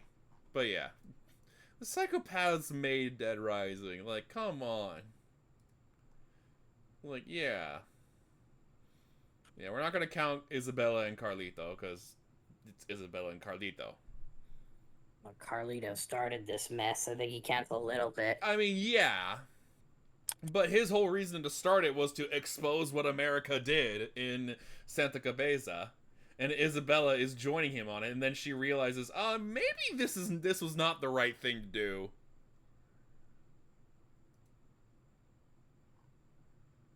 Anyway, let's back to the video. Enough game. All the things we've discussed thus far that were cut, well, that fed into the staff's inability to craft multiple endings. There just wasn't enough stuff to really do in DR4 to warrant it, and no time to do it in. That's actually pretty meta when you think about it, because Vancouver themselves had their own big scary timer always counting down. All of these massive problems resulted in Microsoft taking a good hard look and petitioning for the game to be granted a few extra months. Unfortunately, this time could only be used to reiterate and polish what was in the game rather than add more content into it. The Dead Rising 4 team knew the game would not be embraced by fans due to all the missing everything, but oh, that's gotta feel so bad as a developer, knowing the audience is gonna hate it. Yep. And you're forced to make it anyway, but you know no one's gonna like it. Yep. Not really being in a position to argue, kept plugging away with the few precious months they had left. Okay, now this part. This is the part where it actually gets insane. During all of this, the development of DR4, in fact, most of 2015, a small team broke away and began prototyping a Dead Rising 5. Now, I know what's... Oh, that's right. I remember hearing about this, where it's kind of set between 2 and 3. Or that was the idea. It was to be Chuck and Katie and be between Dead Rising 2 and 3. Like that, Some of you are gonna say, 1, why? And 2, why the fuck? As we explained in the Sonic Boom episode, if a big studio doesn't have a secondary project lined up and ready to enter full production by the time their current project is done, then more firings are expected. You need to constantly be grabbing hold of the next branch just as you're letting go of the last one, and since Capcom Japan clearly had no interest in greenlighting anything else from the studio that wasn't a carbon copy of the last Dead Rising, the safest bet was more Dead Rising. At this point, Vancouver's main goal was to just keep everyone working, but we are not done yet with good old Frank West. Because, unfortunately, Capcom Vancouver made their own decisions that did no favors amongst fans. Oh, shit! Shit! Well, the Perhaps even recasting more of so Frank. than missing side quests, boss fights, or a timer, recasting the voice actor for I knew it, yeah, recasting Frank. Frank West, TJ Rotolo, in favor of a slightly older sounding voice actor was another big misfire for the game. The official company line on the matter was given by Dead Rising product and license manager Trent Lee Ames. We wanted to work with someone to provide a more grizzled, older take on Frank at this stage. Dead Rising 4 takes place 16 years after the events of the first game. As such, we decided to cast a new actor for the role that reflected his age while still retaining the charm and humor that made him such a hit with fans. Yeah, because obviously the voice actor can't just do an older version of the character. Yeah. It's literally Apparently. like what the guy who plays Leon now, what he said when they were doing the Resident Evil 4 remake. It's like they originally did not want him to do Leon again because they were like, we don't know if you can do like a badass Leon. And he was like, I can do a badass Leon. And he had to prove it to them that he could do a badass Leon. And they're like, oh shit, you're right. Okay, we'll have you again. Oy. We think Frank's new voice actor has done a phenomenal job, and we can't wait to share more of him with you in the future. It's no disrespect to history or previous actors. TJ has done a bang-up job. It was a chance with a new game to progress the franchise as best we can, with a different vision, just as we see new James Bonds over the years. Okay. Now, what is the real story on this? The backstage ska?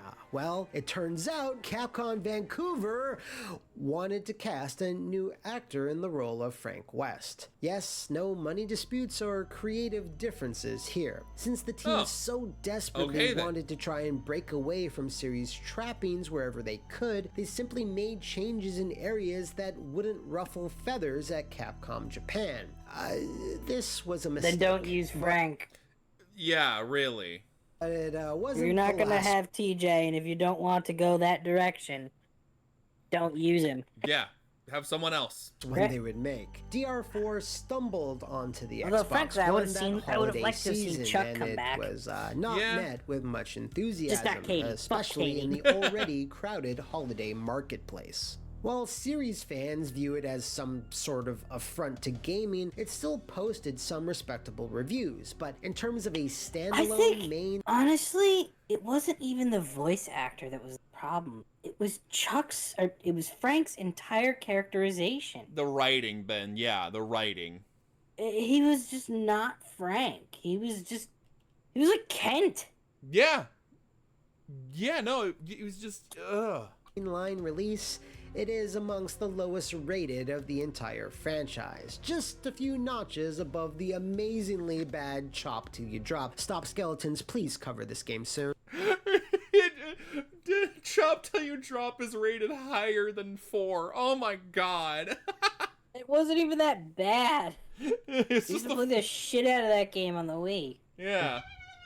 Capcom Vancouver then attempted to address the many criticisms the game received through both free and paid DLC. This included harder difficulty modes and kooky Capcom costumes that had their own movesets, all things which didn't really make the game any better. The time mode was brought back in Frank's big package DLC that, oh, I get it, a penis. And knowing it might be tough to recoup costs based on only one console SKU, DR4 made its way onto the PS quadruple ballin' after 1 year of being an Xbox exclusive. Unfortunately, even with all these updates, it did little to salvage the dearth of content. The bugs, the inconsistent performance, the hurried and kinda weird writing and characterization of Frank, as well as countless other smaller things. You can't pick up the bats from, oh my god. Despite all that, Dead Rising 4 was able to amass sales of over 1 million copies, but unfortunately, due to the realities of that, I know, yeah, like, look at that. Dead Rising 3 had more, and it was literally the previous one. What the f- To amass sales of over 1 million copies, but unfortunately, due to the realities of then next-gen development, the money lost on the failed Climber pitch, and the delay the game suffered, it didn't come close to achieving a healthy profit. The lost goodwill from fans, those lower reviews and sales, and with a whole host of its own unique problems, caused Capcom to then pull the plug on Dead Rising 5, which was a whole other thing. If you want more details on that, then I urge you to check out Liam Robertson's Fall of Capcom Vancouver Katie doesn't video get to be a over Dead at Rising Did You Know protagonist. Gaming, as he Fuck goes that in depth bitch. on DR5, I hope she as well dies. as more rejected God Capcom damn. IP revivals. Yes, folks, there's somehow even more. Anyway, we're almost done. In 2017, Capcom of Japan finally greenlit a project from the studio, and for the first time in its history, wasn't Dead Rising. This, of course, was the massively disliked reboot of Puzzle Fighter, which was massively disliked due to, well, I mean, look at it. Capcom Japan, a few months after Puzzle Fighter's release, but before a Switch port could be completed, finally swung the axe that was floating above Vancouver's head and officially shut down the studio. The only public statement regarding this was, as a result of reviewing titles in development at Capcom Vancouver, Capcom has decided to cancel the development projects at this studio and will concentrate development of major titles in Japan. Ever since then, there's been nary a gurgle about Dead Rising returning, as Capcom has been focusing on their own internal Japanese teams, which is a good thing, came out 4 years ago, that's right. It would have been nice if Capcom Vancouver could have been turned back into Blue Castle Games and have continued to make their own IPs from then on out.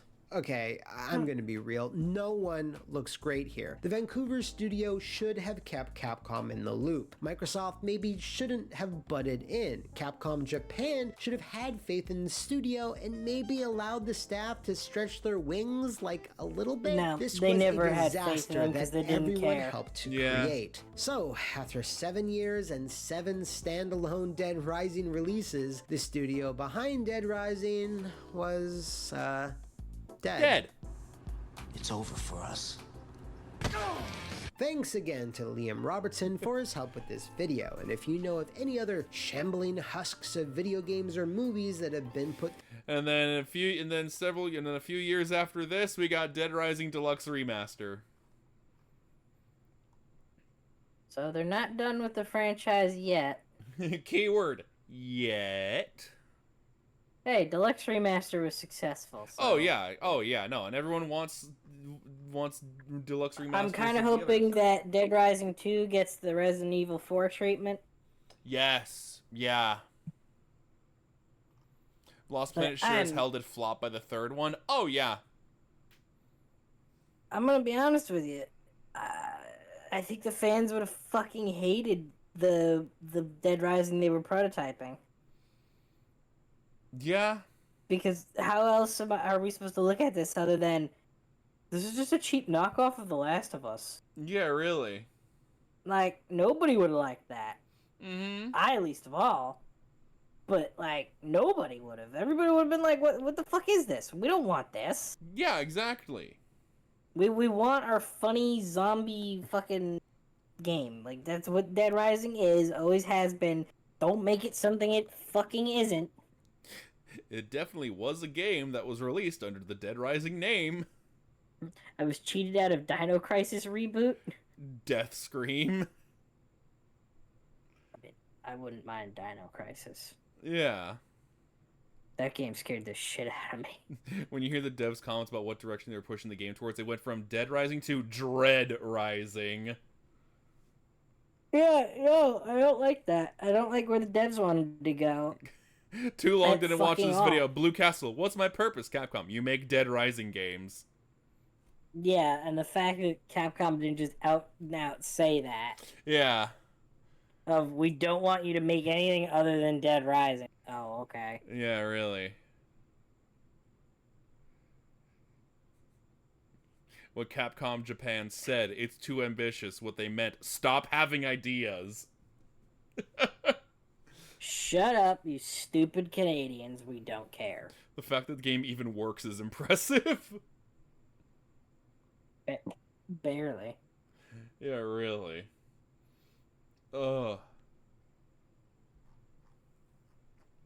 God damn. Well, at least I can blame The Last of Us for some of this fuck up. Yeah, you can. RLH was an older, good horror game. RLH. What the fuck?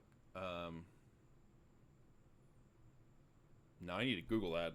Like, what the fuck is RLH? Game? Run Like Hell. I never heard of this game. Me neither. I have never heard of this game.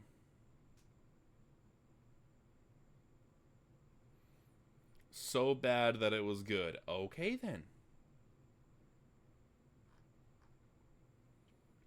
Good game I'd love for you to play. What? Is it Crisis? Man. What is Milky Mommy Monday? Well, it is the Monday where we are with the Milky Mommy. That is Lucy. Hi. Also, hello there, creeps. Hello there. Would you prefer Batilda? I think I'd prefer Batilda. But yeah, hello there.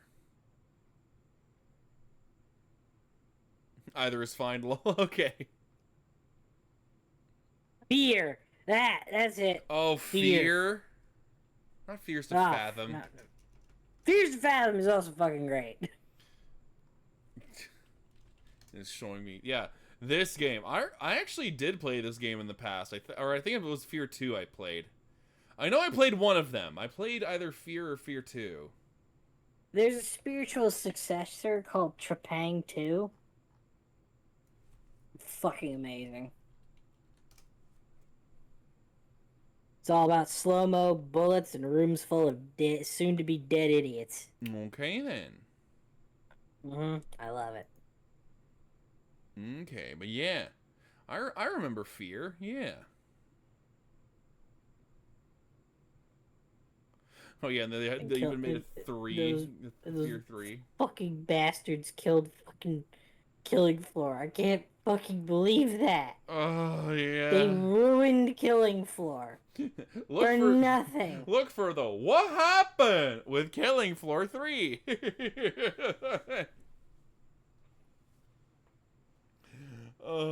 I kind of want to see what he's going to talk about with the day before. Apparently the day before was just a scam. Have you heard about it? Oh, yeah, I remember that. I was following that as it happened. Yeah, let's just watch it, because I want to see what he talks about with it. I think it'd be funny. Barren episode of... Hello and welcome to another zombie-tearing, dead and barren episode of What Happened, the investigative YouTube pop culture media show that was expressly created for the purposes of tackling today's sordid story. By now, y'all should know how we do things around here. We provide meaningful, curated style content about well-known video games, movies, franchises, or console hardware, both good and bad, and the struggles they were subjected to during the course of their creation. Exactly. Our subject today, though, I'm gonna be honest, I had never heard of until just recently. Scratch that. I think I recall something from earlier in the year about trademark infringement and seeing this guy everywhere. This blank, emotionless stare from default male model number 3 was all I saw about this project for like a day or two before it sunk back into the ether. That is, until now. So, grab your... I don't know what you use in this game. I literally can't play it. As I answer the question, what happened to the day before? Everyone and their Nona has heard of this project's developer, Fantastic. I mean, they were responsible for such smash I just want to hits say as something. Oh, yeah? Moist put out a video saying that Souls-like fatigue is setting in. Yeah, I can feel it. Yeah. Thank you, God, for letting me live to see this day. Thank you. I think literally like an action game came out recently that people were calling it Souls-like, and we were like, no, it's an action game. It is not Souls-like. Shut the fuck up. Now, if you could just have Battle Royale fatigue set in at the same time, that... Thanks. Yeah, really. I have been in a literal hell in hell, sir, since the Battle Royales and Souls-likes took over the gaming scene. I have been in hell. Let me see if it's on my recommend. Two genres I absolutely suck at and have no enjoyment in whatsoever. Yeah. And they've been the two most popular genres of games for like the last 10 fucking years. Yeah. Make it stop. Finally. I think this is best Souls-like game. Yeah, Wu Chang. This came out and people are kind of like, is it really Souls-like or is it just an action game? Like, come on. Anyway, The Wild 8, Dead Dozen, and the award-winning Radiant one, which were all really influenced. I can't do this. I have no idea who this studio is, or were, more accurately, so allow me to regale you with the very basics. Formed in 2015 out of Russia with its main development studio in Singapore and composed of... I need a moment to take that in, what he just said. What? Founded in Russia with its headquarters in Singapore. Tax scam. Yeah. Also, what this dude on the bottom right with his mustache. God damn. Yes. Josefi Stalino. With a small number of employees, Fantastic was headed up by the brothers Edward and those two Asen guys. Godes- Yeah, because they had Singaporean citizenship. I remember now. And yet their last name is very Russian. Gotovstvev. Well, Russia does go into Asia. That's true, yeah. Their earlier days seemed to be all about producing quick, ultra Asen Godesev. Godesev. Okay, that's how you say it, I guess. Or he just gave up and just said it that way. Alright. Their earlier days seemed to be all about producing quick, ultra indie style games for the PC and mobile markets, but that changed in 2021 with the introduction of their second to last title, Prop Night. This was an online asynchronous multiplayer horror game with a physics-based gimmick bolted on, which, to be fair, garnered a fairly strong player base in the very limited time it was supported. Yeah. It was basically Dead by Daylight with prop hunt mechanics. Yeah, I think I remember hearing about that one. Fantastic, I was able to glean, was the reason it was headquartered in Singapore in the first place, despite most of their employees not natively being from there. What the fuck? Look at their dev team! Or in the first place, despite India, most of their employees Canada, not Netherlands, being from there, France, like a few other countries. What the fuck? I think if they all get together, Captain Planet spawns. Yeah, really. The Singaporean government offers assistance programs for any studio which sets up shop there. In Singapore's case, there were two: a production assistance fund, which can cover up to 40% of all production-based costs, as well as a development assistance fund, which can cover up to 70%. Well, look this at there. will be important later. Yeah. Anyway, 2021 was an important year for Fantastic for another reason: the January announcement and trailer of their next game, which, judging by all the buzzwords used, was going to be a pretty significant upgrade in terms of scope and complexity. This was also the first instance of The Day Before generating groundswell pretty much immediately, as the slickly produced trailer, which featured a Rockstar Games-esque narrator and fake online chatter between co-op players, I'll find out what's in the skyscraper.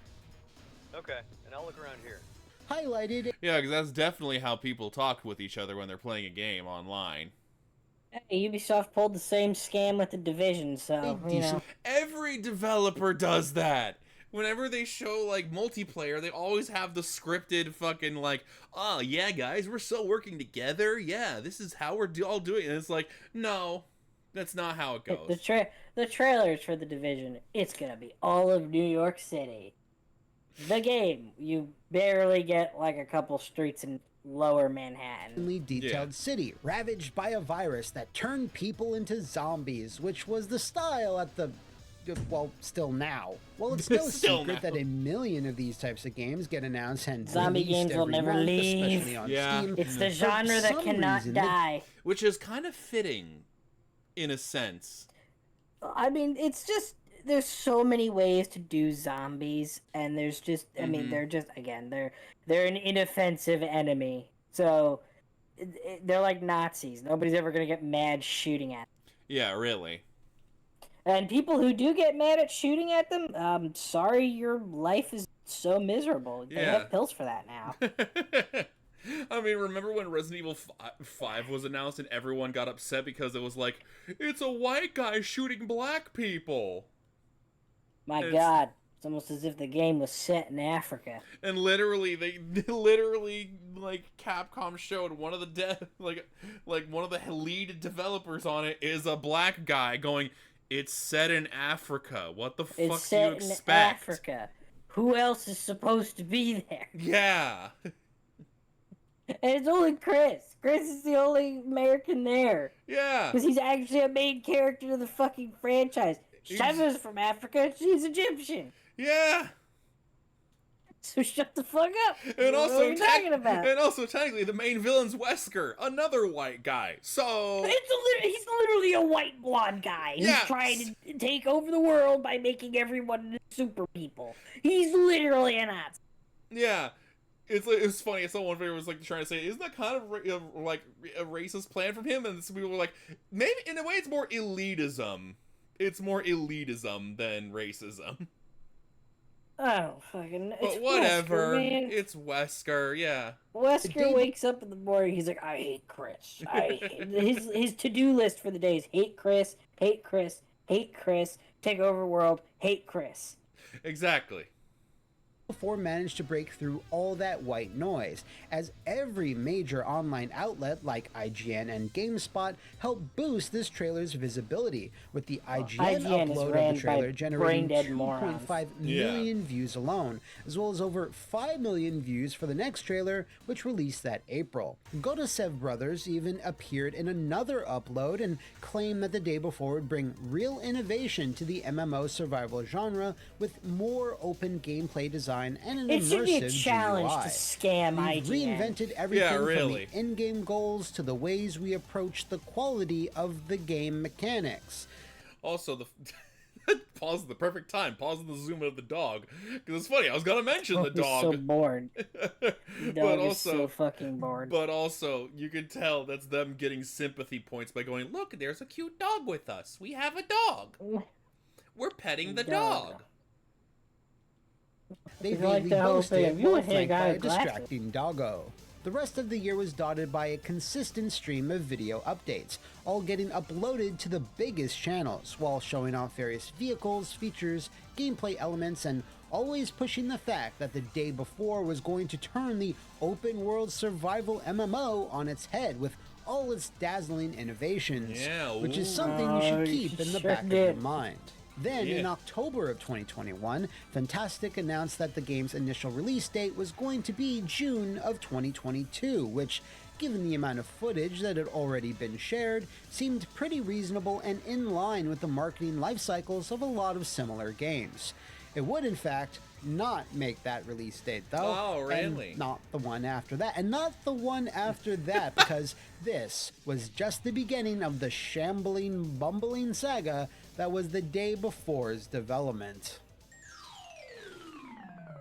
Oh, joy. In May of 2022, 1 month before the day before's initial projected release date, the surprisingly large number of players anticipating its debut had a figurative bomb dropped on them. The game was being delayed, which, while not ideal, is at least fairly common, because when you're this close to a release date and get a delay, it typically means there was a submission failure to whatever platform holder you're submitting to, or a major bug that was discovered at the last second. This then usually results in said project getting bumped back by a few weeks or a month even, but in Fantastic's case, they had decided to suddenly switch engines from Unreal 4 to Unreal 5, which is something you probably should have communicated much earlier on. The new estimated release date was now March of 2023, almost a full year later, which obviously could be better, but still, it's rather bizarre such a huge decision was made at the very last second, but it's part and parcel for this story. because this then seemed to set off a chain reaction of shadier and shadier things being revealed about the day before, with the next one coming that very June from the game's official website. It received an update with a call for volunteers to apply for working at Fantastic, which, no matter how you try to spin it, meant unpaid labor, with the website clarifying that these volunteers would receive free codes, certificates, and unknown gifts. Hey guys, it's Friday. Who's hungry for some pizza? This move, as you can imagine, was met with instant criticism from a number of gaming and news websites. Why was a project that looked like it was targeting the AAA gaming space, clearly had a big marketing budget, and was on over 1 million wish lists on Steam, need to rely on volunteers to work on it? Well, Fantastic answered this in a somewhat odd statement to Eurogamer. Essentially, the word volunteer comes from the Latin word voluntarius, meaning willing or of one's own choice. Anyone who is open to life can become a volunteer with Fantastic, and there are 2 types of volunteers. Pause it. What the did they literally just basically pull the definition of volunteer as their reasoning? Obviously there's a second part, but this first part, this is literally a nothing burger. Basically, yeah. This first part is literally just a nothing burger. Well, the word volunteer, let's get into the origin of the word. Yeah, really. Why don't you go fuck yourself? Yeah, okay, then what's their second part? Today we have over 100 full-time internal volunteers, employees, from Singapore, Russia, the Netherlands, Thailand, Ukraine, Finland, Kazakhstan, and Belarus, who work as engineers, artists, HR professionals, etc. We also have 40 external US and worldwide volunteers, supporters, who help with testing and reviewing our products at a very early stage. How can you call them internal when they are all over the fucking world?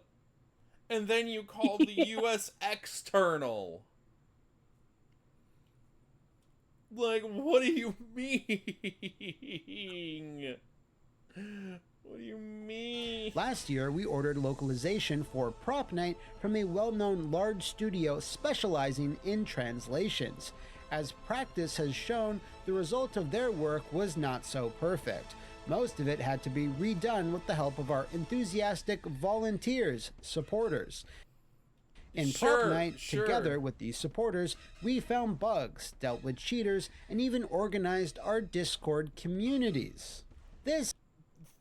So literally... It's false. No way. Not this time. We created it. Not this time. Yeah, basically. Like... That literally answered nothing. That literally answered nothing. Like, that whole statement was just a nothing burger. We have slaves from all over the world. Yeah. This made it seem like they had a core group of volunteers that were getting paid and an external team of supporters that weren't, which is weird, and the above statement still didn't actually explain the why. Why not just pay them, like... And listen, it's one thing if you have an open beta. The owners of the company went to the V-Shoujo school of paying your employees. Yeah, really. Just take their money and then... That's it. Just take their money. V-Shoujo was like, guys, I've got it. Why don't we rebrand all of our talents as Voluntalents? Yeah. That way, there we go. We don't have to pay them. That you give fans early access to, and in their spare time, they can choose to help you flag bugs and potential issues. The day before, however, did not have such a beta because the testing process they described was just regular development, as no footage or media were allowed to be shared or discussed, unlike you know, most betas. Yeah. If there had been a beta, though, public or private, then the story would have had an even more disastrous end, which is hard to imagine, I know, but just trust me on this. Oh no. For now, let's move on to January of 2023, where the shit really starts to hit the fan. Without any warning, the day before's Steam page was suddenly pulled down, with Fantastic stating a few days later that they were hit with a trademark dispute, which caused the takedown. This announcement also doubled as a way to inform everyone about the game's new release date, which Fantastic was somehow now able to narrow down to the very day, November 10th to be specific. Now, if you've suddenly been hit with a trademark dispute, how could you possibly know when your game will be available again? As we've seen, things like that can drag on and on and on. Just ask Jason Voorhees. Yeah, really? Oh my god. Would you see that they had to actually cut out an agreement to allow fans to make fan works without being harassed by the Friday the 13th lawsuit? Oh my god. So there's for a horror festival, they're submitting a Friday the 13th fan film called Sweet Revenge. Oh yeah. I'm just wanting to see, is it done or is it still going on? Writer and director fought over ownership. Oh, who won?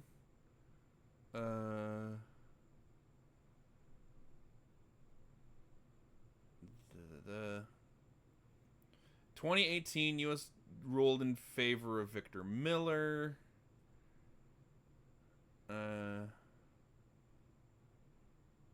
Came to a complete end in 2021. The held up Victor Miller's win that he was an independent contractor and not an employee. This meant that he reclaimed the rights to the Friday the 13th franchise. And Cunningham kept control of the foreign rights. Okay.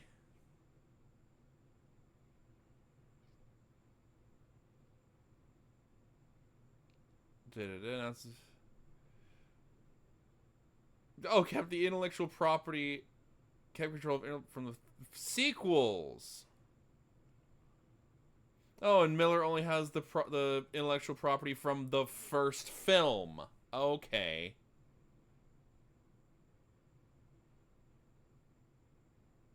And Jason wasn't the killer in the first movie.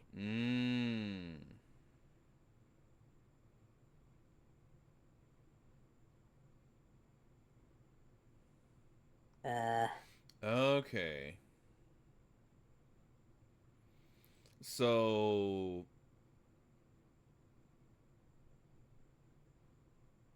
Oh, Jesus Christ. Okay, so yeah, that's...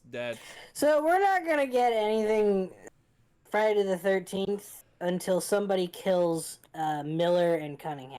So if you could please get on that, that'd be nice.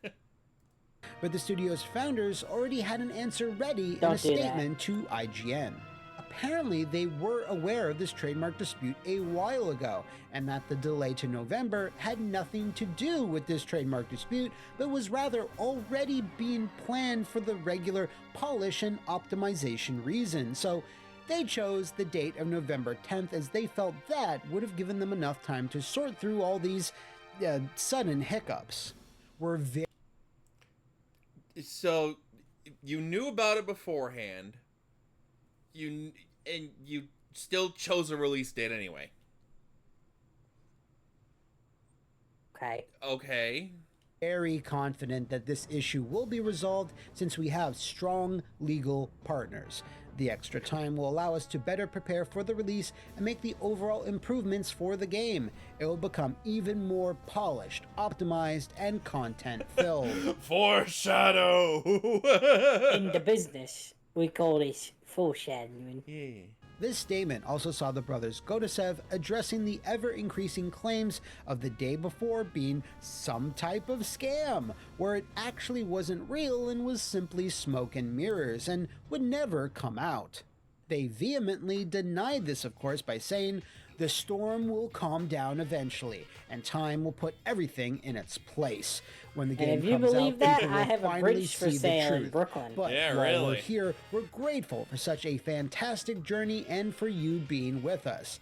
For us and millions of people, the day before is a childhood dream come true. It's a game with zombies and other people in a huge post-apocalyptic skyscraper city. We understand that some players, not seeing the whole picture, might have doubts about the game. Our whole focus has always been on the product itself. We've been creating the game for 4 years. All these years have been full of sweat and blood to make this game, and for many members of our team, it is unpleasant to hear such accusations. Guys, just please stop being so mean to us. Like, can you just stop? We didn't take a penny from people. No crowdfunding, no pre-orders, no donations. The game is fully funded by Mytona, one of the largest mobile publishers in the world, who check the game's build at every milestone per our contract. We only believe in the final product. No matter what anyone says, you'll see for yourself on November 10th this year. We hope that after the game's success, we'll give people faith in... We'll give people faith that in this life, if you persevere towards a dream, it will come true, despite all the obstacles and doubts. This is such con man, like... Yeah, really. Speak. Yeah, no, literally. Once somebody starts sounding like the fucking Buddha when they're trying to talk about something, they're trying to con the shit out of you. Oh, exactly, yeah. Doubts. That was beautiful. Does anyone know Poorly aged things Twitter? I love that Twitter. what those last few bits were featured on Poorly Aged? Because if not, they damn well should have been. I love that Twitter account. I love the Poorly Aged Stuff Twitter account. Yeah. It's so Only 1 month later, in February of this year, all videos related to the day before that had been uploaded to Fantastic's YouTube channel were taken down, with Fantastic citing further issues with trademark infringement, but this time by a third-party calendar app called The Day Before. Now, typically, trademark disputes happen because one claimant makes the argument that another product with the same or similar name creates confusion with... I fucking love that backpack, too. It's like, yeah, at the top of it, it says... At the top of the backpack, it says Harry Potter. Then it's Sonic with... Other product with the same or similar name creates confusion with potential customers, which is very possible if we're talking about two different video games or movies. But this was an online survival MMO, supposedly, and a calendar app for mobile phones, so there really wasn't a leg to stand on here. Fantastic therefore claimed they would fight the issue, and yeah, nothing really happened after that. They were just able to keep the original name from that point forward, waving off the issue later on by saying that they won the trademark dispute and that's that. Yeah, what of it? Want to fight about it? Not sure what really went down here. I mean, did they threaten litigation with the help of their strong legal partners? Did they pay off the original trademark holder to keep the name? Was it even a legit dispute to begin with? Regardless of the... Yeah, that's one thing that I'm wondering, is just like, was it even actually a thing in the first place? Or they just make it up to gain sympathy points? They so made it up to delay the game. Yeah. Reasoning, it was just a really bizarre series of events, and to many, rather off-putting. Like, what was really going on with this game? The weirdness train didn't stop rolling, though. In June of this year, Fantastic then released perhaps one of the most befuddling pieces of marketing that... Well, just take a look yourself. Alright. Okay, sports car in the apocalypse.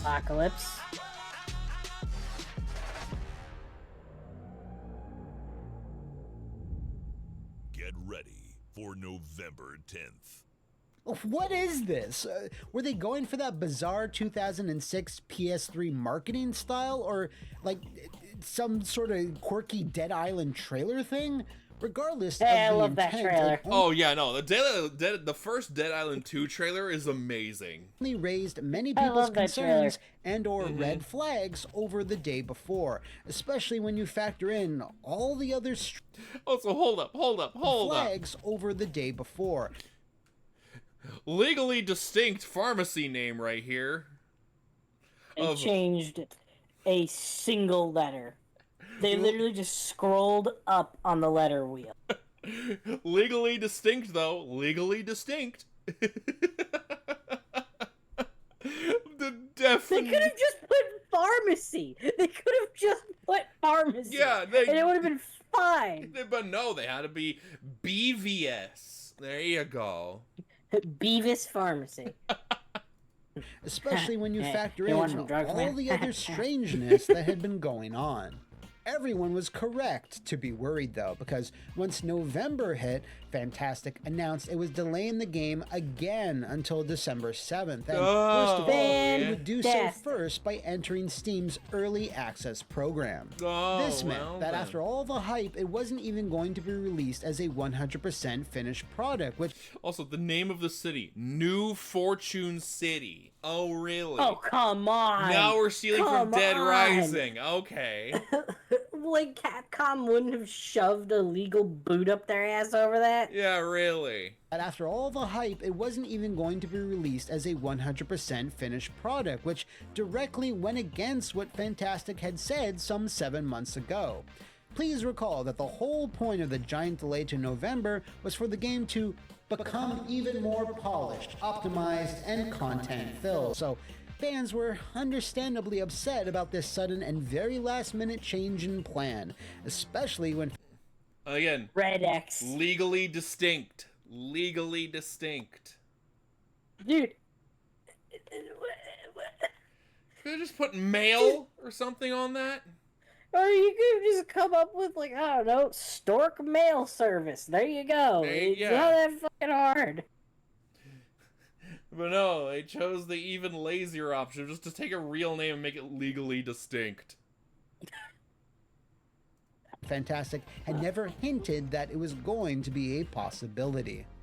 But that was just the tip of the iceberg, because when people finally did boot it up on December 7th after paying the requisite $40, it was noticeably different than what most people had been led to believe. If players thought it was going to be some genre-defining survival MMO milestone, then they were going to be in for some news. Some news that would shock and frustrate them. And that news is as follows. It wasn't an online open-world MMO survival thing at all. Instead, the day before turned out to be an extremely basic, stripped-down extraction shooter, a la Escape from Tarkov, but bereft of any content and polish and absolutely bursting with bugs and poor optimization.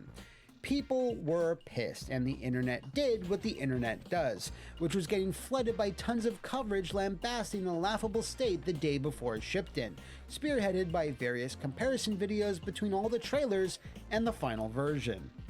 Now, Fantastic should be given a shred of credit here. Stay with me on this.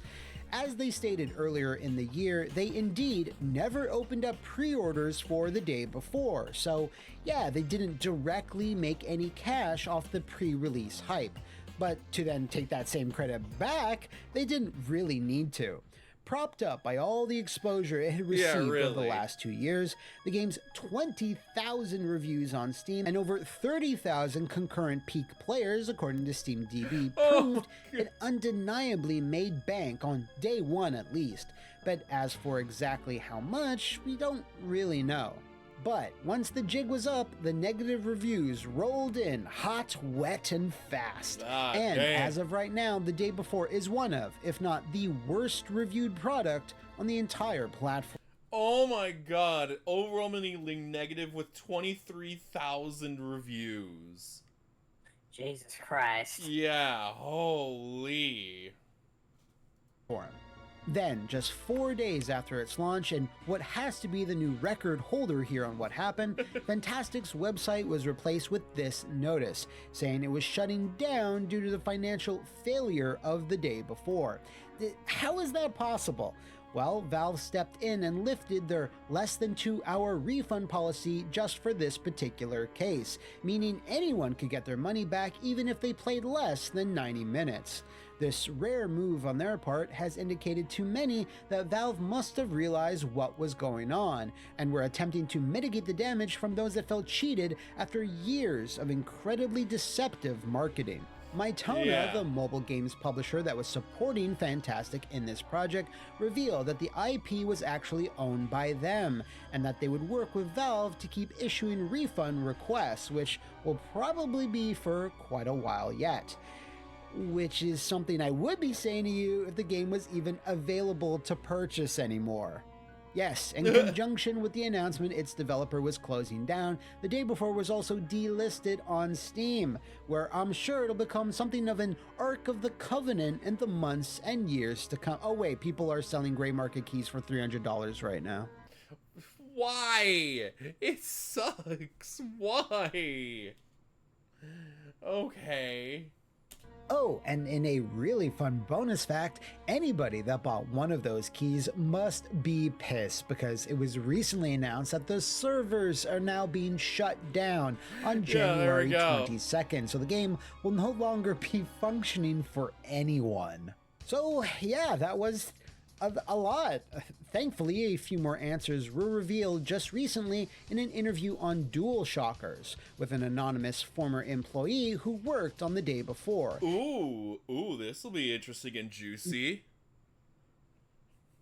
Also, considering the title of the article as well, where he says, like, it was never an MMO.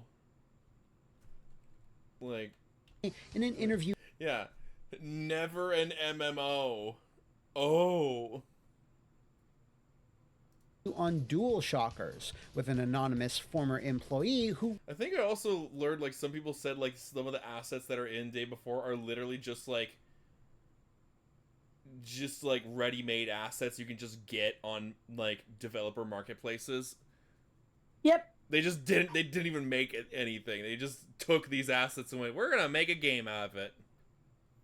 Worked on the day before, and while nothing here is super surprising, it's still nonetheless baffling. A lot of the onus was placed on the Godosevs, saying that they're incredibly controlling on the project, often ignoring the ideas and advice of others, fired those that raised any objections, and made grand sweeping decisions on a whim even though they were unrealistic or pointless.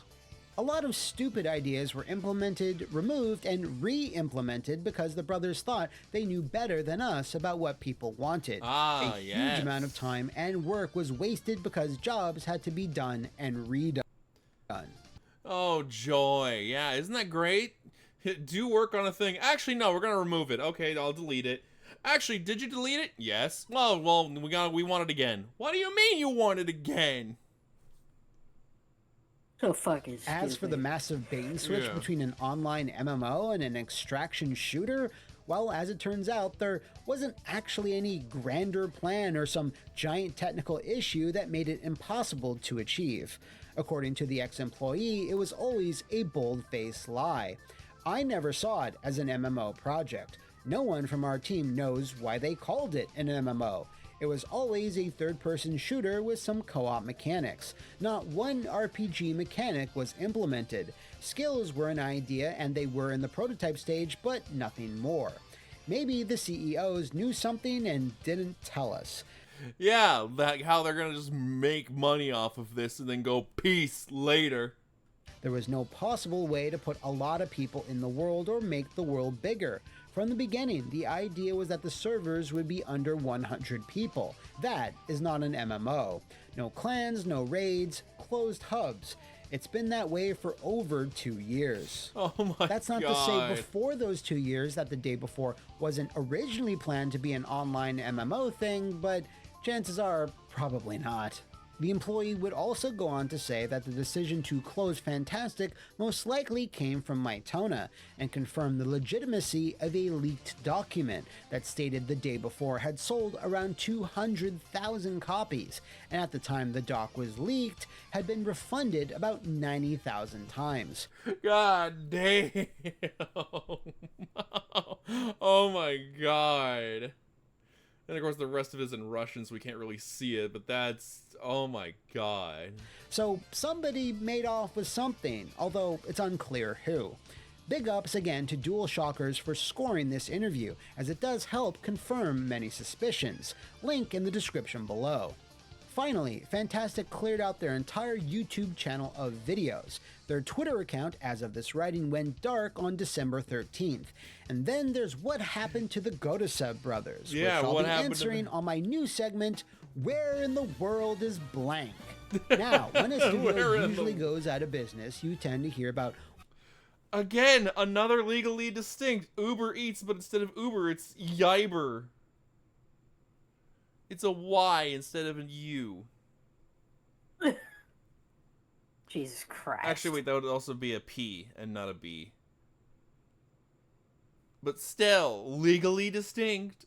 What's next for certain key staff? And in the Godasev's case, they have completely vanished off the face of the planet. Joy! So yeah, that concludes this new segment. I hope the dog's doing well, though. Yeah. When you step back and put all these facts together, like the assistance funds to keep production costs low, using unpaid labor for testing and localization, statements from an ex-employee, and finally, spending a lot of marketing money on trailers and coverage, it starts to paint the picture that the day before was simply a cheaply made but well-marketed piece of shovelware that was more or less a get-rich-quick scheme. And quick. And in the last few years, we've seen a slew of other similar vaporware-style scams, like Abandon, the Intellivision Amico. The day before certainly stands apart, because, you know, it actually did come out. But did it really? I can't even be sure. Yeah, did it really, though? This story somehow took 2 full years to develop and conclude, but also simultaneously moved incredibly fast, from announcement to release to shutdown to a full-on vanishing act. With all that said, I guess the best way you can sum it all up, though, is that, well, shit happens. If you know of any other extremely vague and disappointing bait and switches in the video game or movie industries, do let me know in the comments below, or shambles in the... I think that tweet as well is technically real. And by that I mean, I think it was confirmed that someone had hacked their account and posted that. Jesus Christ! It's just one disaster after another with this fucking. Yeah, let me just see if their page is still up. I want to see. Oh my god, it's still up. Or is this a different thing entirely?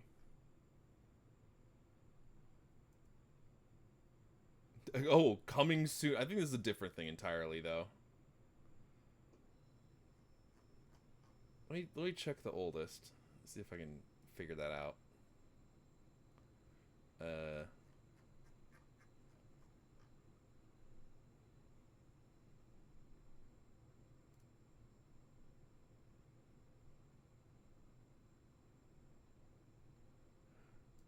Oh, okay. So it is the same. Okay, it's the same. All right. Of course it is. Why wouldn't it be? Yeah. Oh, action horror prop hunt game. Items. Oh, look at that. Yeah. Oh my god.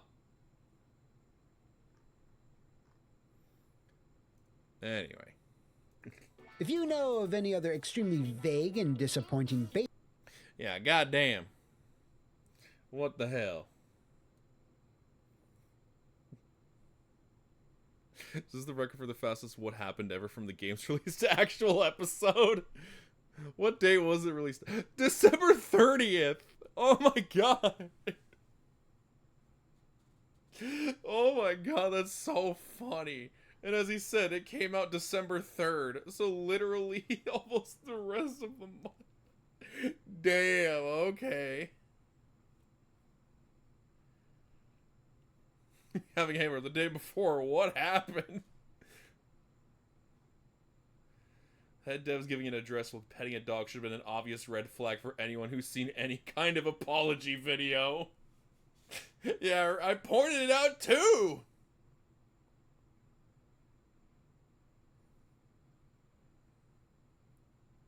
To be fair, making your game unavailable a few days after release is very innovative. Yeah, look at that. I guess. Yeah.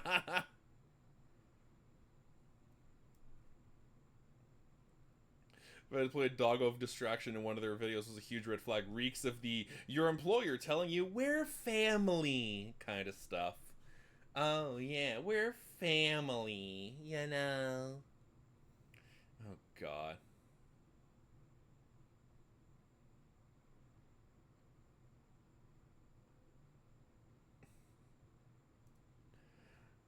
Haters will see the truth. Dreams are dream group. Please don't call us. Get made it obvious. Oh.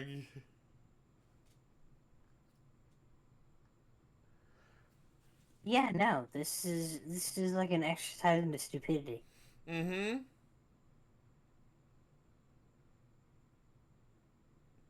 Still wants to see the day before become a literal non-entity within the span of a week. Like no other video game has genuinely come close. I mean, do we count Concord? Actually, wait, I think Concord was still available for like a couple weeks. I don't know. I don't know either. Yeah. I remember this game came out and was shut down almost about it. I mean, the same with day before, so yeah. Alright. You feeling like one more of these what happened? Depends. Which one are you feeling? The Borderlands movie? Oh, yes. Please, hit me with that. Yes. Yeah, what happened with that? Hello and welcome to another fact-discussing and block-busting episode of What Happened, the show where we... Wait, what are we doing again? The Borderlands movie? Jesus, okay, in that case, what's the opposite of blockbusting?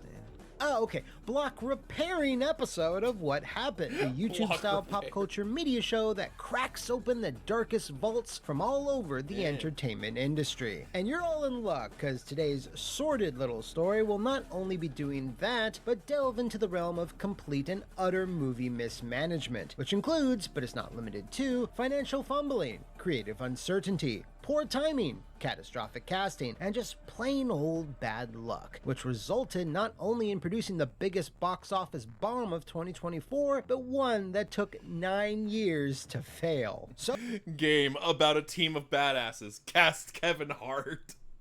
Yeah, really.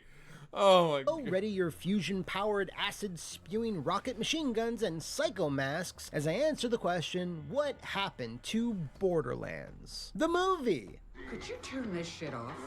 In 2014, Gearbox's premier FPS franchise was let's just say, in flux. While the 2012 sequel was an unmitigated hit by every possible metric, the newest release, the pre-sequel, was seen as divisive by a sizable percentage of fans. So much so that I still get requests to cover it to this day, but let's just get this movie out of the way first, because it's far, far more bizarre. So, in 2015, with the pre-sequel now in the rear view and having not done as well as its numbered predecessor, it seemed a little odd for Gearbox, 2K Games, and Lionsgate Entertainment to announce that they were teaming up to bring Borderlands to the silver screen. But that's exactly what they did. And even in these early days... I mean, I will give... that's Marcus. That's fucking Marcus. Like, he at least visually is, like, correct. You have to at least give that.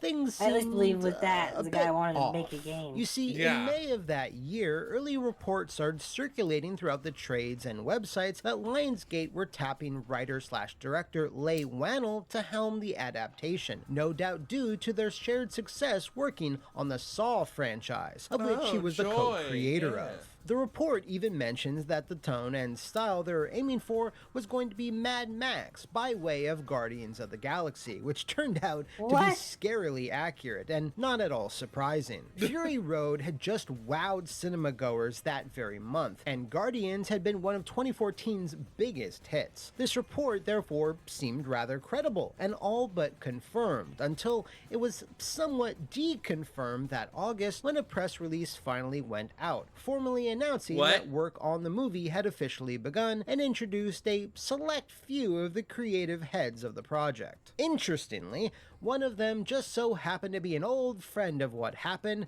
good old Avi Arad, who, as of this writing, is insisting that the Metal Gear Solid movie he announced back in December of 2020 is still a real thing. Yeah, totally. What's the other stuff that he's done? Avi Arad, what has he done? Oh no, he's part of the live-action Zelda movie. Oh no. Oh god. Well, they're not even making this movie anyway, so it doesn't matter. They don't have any money. But then here's this. He was part of the Spider-Verse films. Yeah, but they're never gonna make this movie. Yeah. Oh, and he's apparently a producer on X-Men 97 as well, but also on Morbius and Uncharted. So it literally just goes back and forth on like, wow, he did some pretty amazing, he helped with some pretty amazing stuff. And then, oh my god, what the fuck did you do? Yep, pretty much. And then, wow, you did something that was pretty good. Then what the fuck is this? And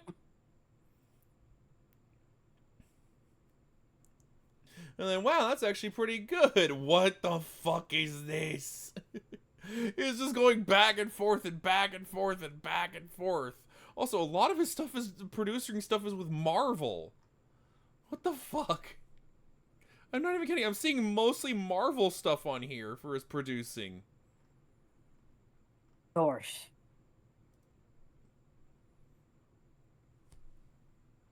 I bet you they didn't even get the rights for any of that shit. What the fuck is what?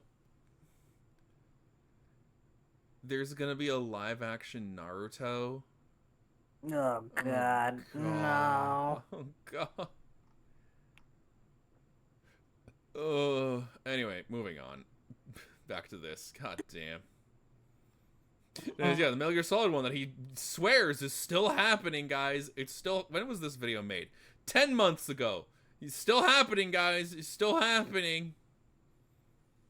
It's still happening, guys. You swear.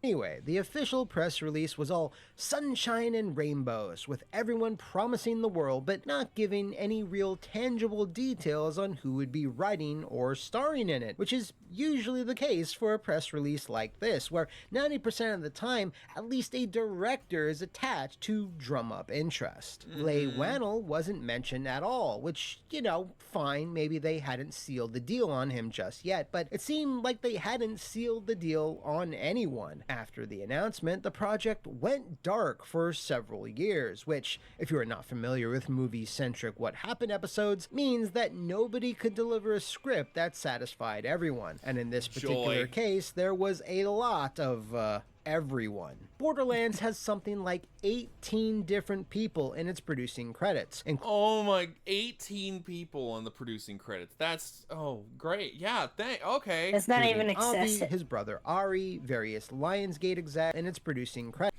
But also, what the fuck?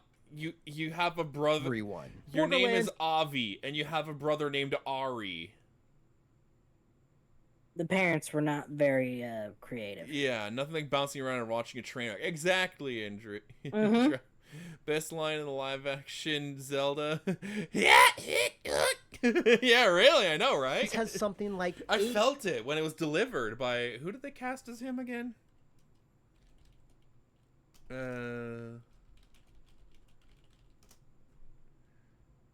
Who did they cast as Link again? Oh yeah, this guy, this kid is Link.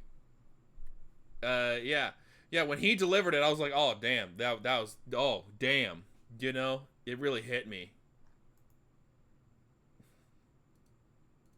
18 different people in its producing credits, including Avi, his brother Ari, various Lionsgate execs, former Lionsgate execs, 2K's Strauss Zelnick, and of course, Randy Pitchford. I was about to say, I saw Randy there, and it's like, Randy, you motherfucker. This long back and forth seemed to be one of, if not the earliest and perhaps biggest issues that befell the production, because it pushed everything way, way past the intended timeline. Without a complete, or at least near complete script, it's hard to nail down a director. Without a director, it's hard to nail down stars. And given the very obvious timing of when the project was announced, it's pretty clear that the movie was originally supposed to open in theaters within spitting distance of 2019's Borderlands 3, a date they would miss by a lot. During this long gestation period, a number of writers were hired to try and crack the script, such as an R-rated take by Aaron Berg in 2016, and another attempt in 2018 by Cloverfield Paradox scribe Oren Uziel. But neither of these could satisfy the army of producers, and thus got no closer to production. This changed in 2019, when the entire planet of Pandora cheered in unison when it was announced that an incredible rising talent had joined the team. Craig Mazin, who got his start writing lighter fare such as Scary Movie 3 and 4 and The Hangover 2 and 3, hit it big when he started developing the incredible HBO miniseries Chernobyl, which stunned critics and fans when it debuted that same year. Okay then. I was about to say, like, not a lot of good ones, then all of a sudden, Chernobyl! Oh, okay, alright. A historical disaster drama. Yeah, now I'm gonna look at this. Borderlands movie, go to the IMDb page. Yeah, who... The writers ended up being the director, Eli Roth. What has he done? Not a lot of good stuff. Yeah. Grindhouse, he made horror films. Yeah, and then He fucking directed Cabin Fever, for Christ's sake. Yeah, and then Joe Abercrombie. What the fuck did he write? He only was written 2 things? Love, Death, and Robots? Oh, God, he's an... Okay. Oh, okay, Joy. He was one of the hottest names in Hollywood at the time, so he got to work to crack that Borderlands problem and solved it in short order. His take was praised by all the producers and immediately went into production, which is something I would be saying to you if this wasn't what happened. Yeah. Oh, God. Throughout all of this, you may have noticed the lack of something, and it's kind of important. It took several years for Lionsgate, 2K, and Gearbox to convince a director to take this thing on. Leigh Whannell was never once officially confirmed, but he was free at the time of his rumored involvement, having just wrapped up his first directing gig on Insidious Chapter 3. But evidently he was either never in serious contention for the position, or he wisely opted to not sign on the dotted line. He would go on to write, produce, and direct 2018's kinetic actioner Upgrade, and then pulled triple duty once again on 2020's reinvention of The Invisible Man, which was also another critical and commercial hit. This inability to retain up-and-coming talent is kind of a running theme with Borderlands, as it wouldn't be the last time its execs and producers would make the wrong call. One such example is in February of 2020, where another press release went out, confirming that production was going to start by the end of that year, as well as proudly proclaiming that they had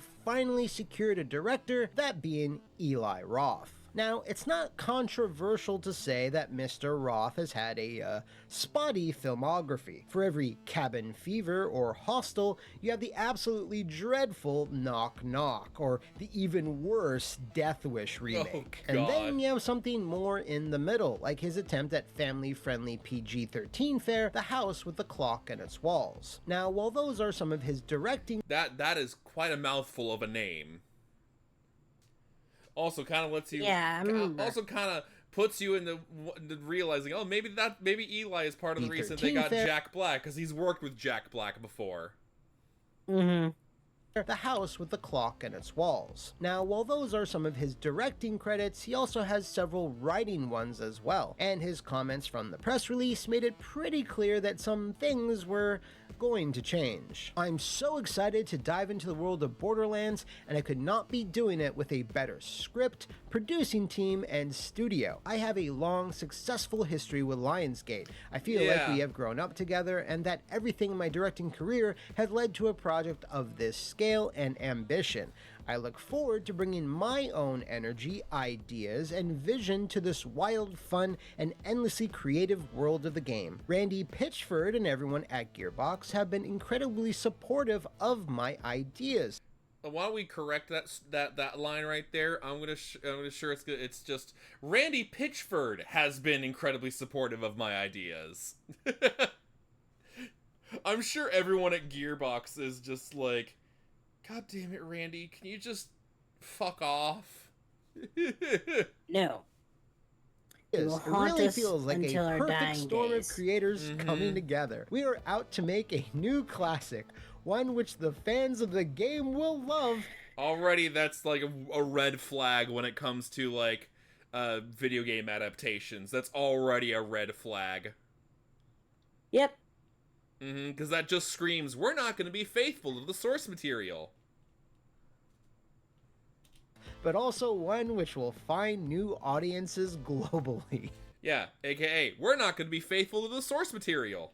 That sounds like some wacko BS, right? Now, if he felt that there was no better script than the one Craig Mazin handed in, it's a little curious as to why it went through 2 additional rounds of rewrites, which clearly meant somebody wasn't happy with it, and when you have 18 different producers, co-producers, and executive producers, your guess is as good as mine. The first rewrite was handled by Tony Rettenmeier and Jewel Taylor, with the latter having credits on both Creed 2 and that Space Jam sequel nobody remembers. Following that, Eli Roth also took pen to page and did his own version, so much so that he's credited as the co-writer of the final film, along with another intriguing individual we'll get to later. But to any outsiders at the time, this would have all appeared fairly normal, unless you started to actually think about it and how it took 5 years just to get to this point. And yeah, just to get a script that people liked. That's another red flag. These guys just suck at making a movie harder than Uwe Boll. I'm sure some of you will. At least when Uwe Boll made his movies, he purposefully made them bad because of a loophole in Germany. Like, it literally, that was the reason his movies were bad. It was just a tax loophole in Germany where he would still make money even if the movie was a bomb. You'll recall that the world was a bit different in 2020 and 2021, and that of course affected the movie industry, which typically has hundreds of people working closely together for weeks and or months. Lots of a certain thing that they can't say on YouTube or else it would become demonetized, but we know what it is.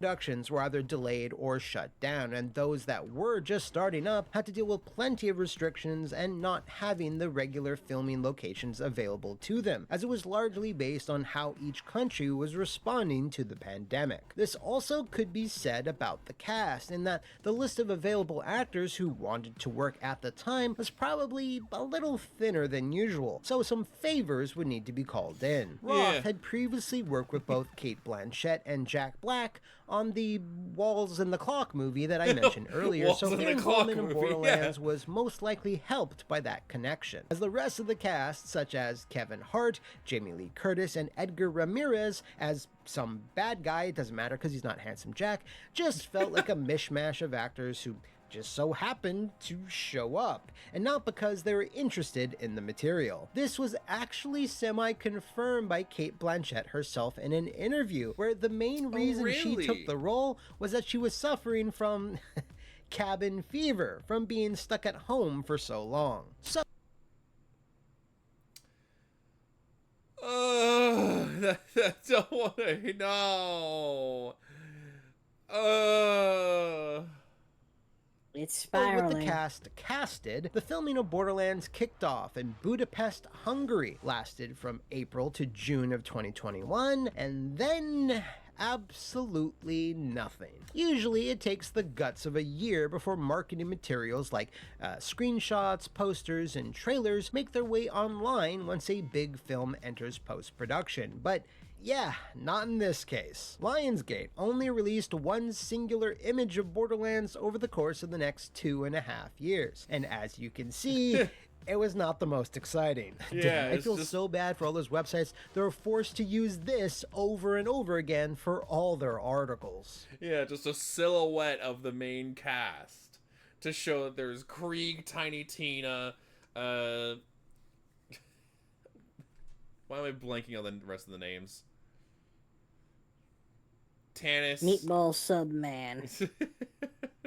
Anyway. But why such a long post-production period? Well, despite the initial filming being 100% complete, some or all of the 18 producers were obviously not happy with it, until they eventually decided that, something had to be done, because the never-ending delay was kind of getting embarrassing. Yeah, Little really. did they know, however, that the embarrassment had only just begun.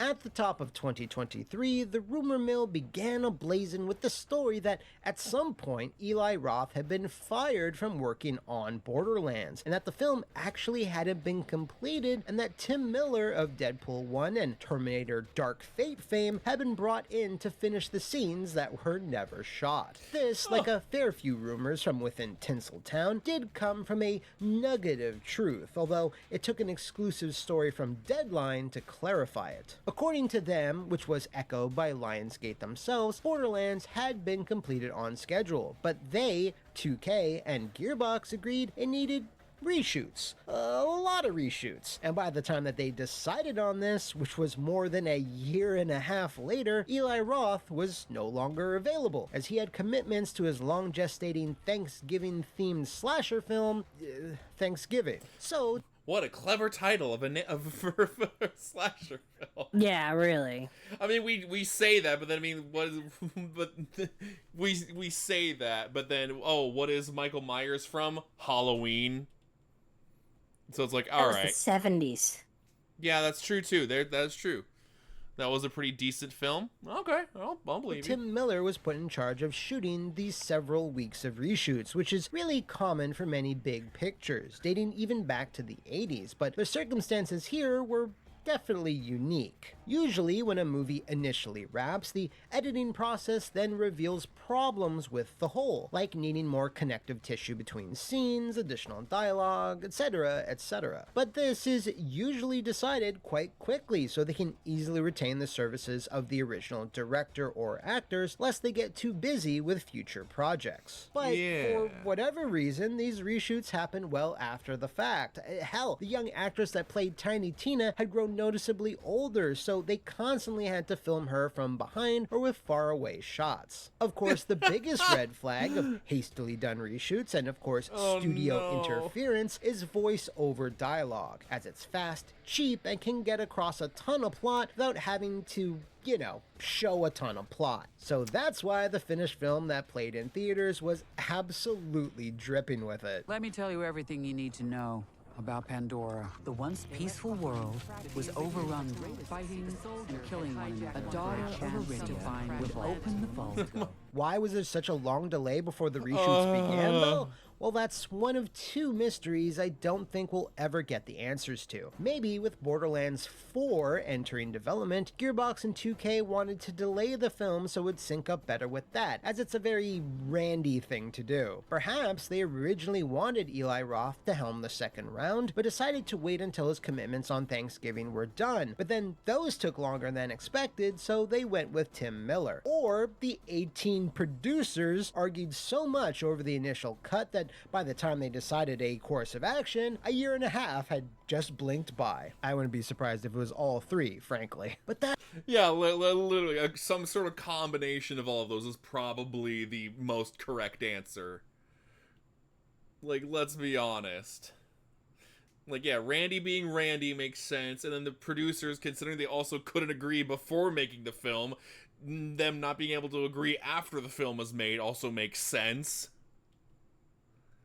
Ugh. That wasn't the only strange thing occurred in 2023. Hell, far from it. In June, it was reported that Craig Mazin had requested his name to be removed from the film's credits, as he felt either that his original script had been changed so much that it was no longer his work, or more likely, he saw an early cut of it and just said, no, yo, you better fucking not. Now, typically, when situations like these arise, a pseudonym is often used because someone just doesn't want to be associated with the work, and considering Craig Mazin was on an absolute hot streak with Chernobyl and became the showrunner of HBO's The Last of Us adaptation, you can't really blame the guy. Regardless, the enigma that is Joe Crombie suddenly started appearing in credits lists as the co-writer of the final script. But here's the kicker though. Craig Mazin confirmed to Variety he did not use a pseudonym and did not request one. If the name in question is indeed a pseudonym, all I can say is it's not mine. Here's the second kicker though. As far as I and others can tell, Joe Crombie doesn't seem to actually exist, in the Hollywood system anyway. Sorry to any Joe Crombie fans in the comments, you guys are the real ones. You see, Yes, Joe Crombie, exactly, yes. Crombie had a problem. He had no other credits, doesn't have a profile on the Writers Guild of America, has no biography or even a single picture. He's a man without a face, without a past. Like he's dark, man, I guess. This is the second mystery I doubt we'll ever get a straight answer to, but if you want a few theories, I got them. Craig Mazin is lying. I don't know why he would do this, as he's already disassociated himself from the film, but yeah, that's a remote possibility. Two, this was done to salvage Eli Roth's reputation. He's already listed under the story by credit as well as the co-writer, and since there was such a huge amount of post-production time, everyone behind the scenes probably got a good long look at this thing and knew they had a loud, irritating, incomprehensible mess on their hands, and nobody wanted to take ownership of it. So a compromise may have been reached between Roth and the producers to simply make up a pseudonym, so not all the fingers would be pointing at him. And finally, what I think is most likely, 3, Joe Crombie is a pseudonym, but for one of the 7 other possible writers who had touched the script at one point or another. Let me know what you think in the comments, by the way, and... Or they probably just put their hand, just pulled a name from a hat and went, fuck it, Joe Crombie, there you go, done. Considering just how everything else is just a shit show on it, it's like I would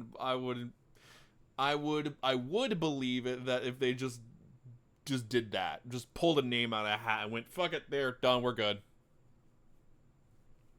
At the very least, this will hopefully become some type... Sad part is if they just did the first part of the first game and make Sledge the main enemy and leave it there, it would have been okay. Of hilarious Hollywood urban legend. Regardless of the truth, everyone was correct to try and distance themselves from Borderlands. When the first trailer dropped, many fans felt it did indeed look like an overt Guardians clone, which made sense when this movie was supposed to be made back in 2015, but this was 9 years later, when even the Guardians franchise was kind of stepping away from that overused, quirky tone and to something more nuanced and impactful with the third installment. The concept of video game adaptations had even changed significantly since then too, especially with The Last of Us and Fallout, or even the likes of Mario and Sonic, which at least tried to please fans with cameos and references. Borderlands, however, cobbled together its own mix of brand new material and grabbed whatever it wanted from established lore to the point where the movie didn't really resemble any one game. Even Randy Pitchford saw the writing on the wall from the fans' displeasure when he tried selling it as some sort of alternate universe that stood on its own 2 feet, even though it didn't. But no one was buying, literally, with one of the lowest aggregate review scores from any movie in 2024. God damn, 10% amongst critics. Ooh. along with it ending its entire theatrical worldwide run with $32 million against a budget of $120, Borderlands has the distinction of being one of the biggest box office disasters in decades. In the wake of its utter failure, Randy attempted to argue with fans on social media over the film's quality with a long tirade of tweets, but eventually gave up and started hinting that Borderlands 4 was imminent as a way to distract. And wouldn't you know it, that turned out to be accurate just a few days later at Gamescom. Wow. No doubt the initial plan was for Borderlands to be this hype, massive success that would lead into the start of the marketing campaign for the new game, but yeah, it didn't quite work out that way. But nothing didn't quite work out that way more than for Lionsgate. They lost a reported $30 million on the film and followed that up just a few weeks later with another loss on the Crow reboot. So whoever's making decisions over there, stop. What's also stopped were the plans of Borderlands becoming the next big movie franchise, because out of every one of these I've done before, I can honestly say this is the most flabbergasting. Every move made here, from the casting to the directing to the marketing, just every single decision was the wrong one. And sometimes it takes that magical combination to result in a failure this catastrophic, which is strangely appropriate for the wild and unhinged world of Pandora, I guess. Look, I'm just trying to put a positive spin on this somehow. It's hard, okay? And if you know of any other development stories from the video game or... Yeah, oh my goodness. Yeah, that's... Oh, that's painful. Whoever's making these decisions at Lionsgate, stop. Yeah, really. Stop.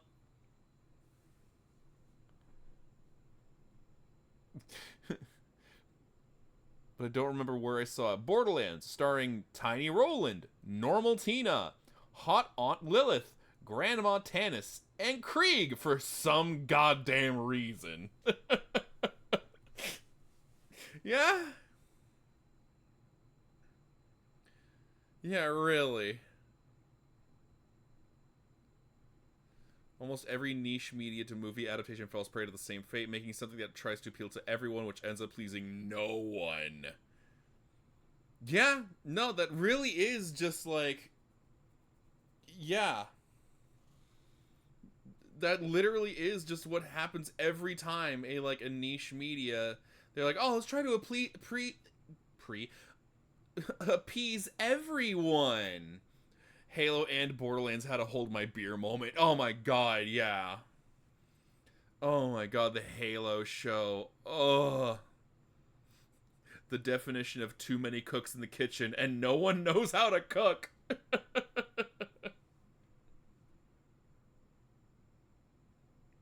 My theory is that Joe Crombie is a pseudonym for all 7 writers who gave a letter of their names to make the surname. Then Avatar Last Airbender, not once but twice, was like, watch this. Oh my god. Wait, they made a second live action Avatar?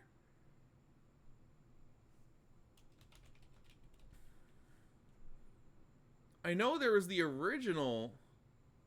Oh, the series. That's right.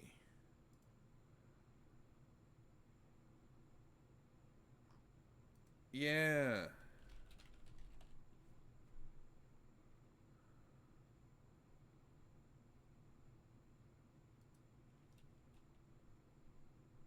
Oh god, there apparently is going to be a season 2 of it. Okay. Oh, second and third season. Okay. Taboo people said, hey, remember the immersive language that you all loved? Yeah, let's get rid of it. Yeah, we removed that. Yeah.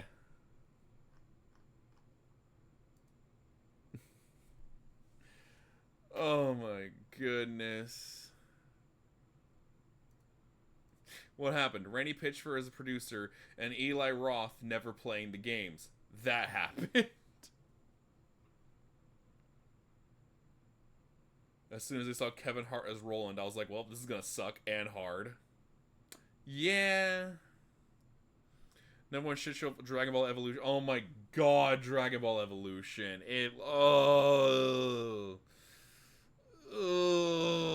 that, yeah.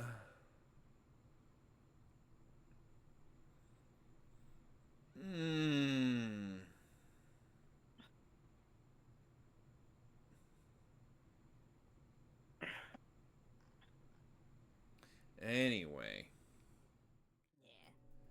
Yeah. Goku went to school. Yeah, really. Oh. But anyway, why don't we call it there for the day? For the night. Who shall we go raid in on? There's plenty of people, but why don't we go to Jinx? Who's playing Abiotic Factor? So yeah. Ooh. Yeah. Alright. Yeah, let's do that. Oh yeah, that's right. Yeah, I'm forgetting the name of the person. Slazia is doing a giant collab with a bunch of people. That's right. That's why they're doing Abiotic Factor. So yeah. But anyway, yeah, thank you all for coming tonight, everyone. If you are subbed, you can use the raid message when we get through. But yeah, hopefully you all have fun with Jinx. Bye. Bye.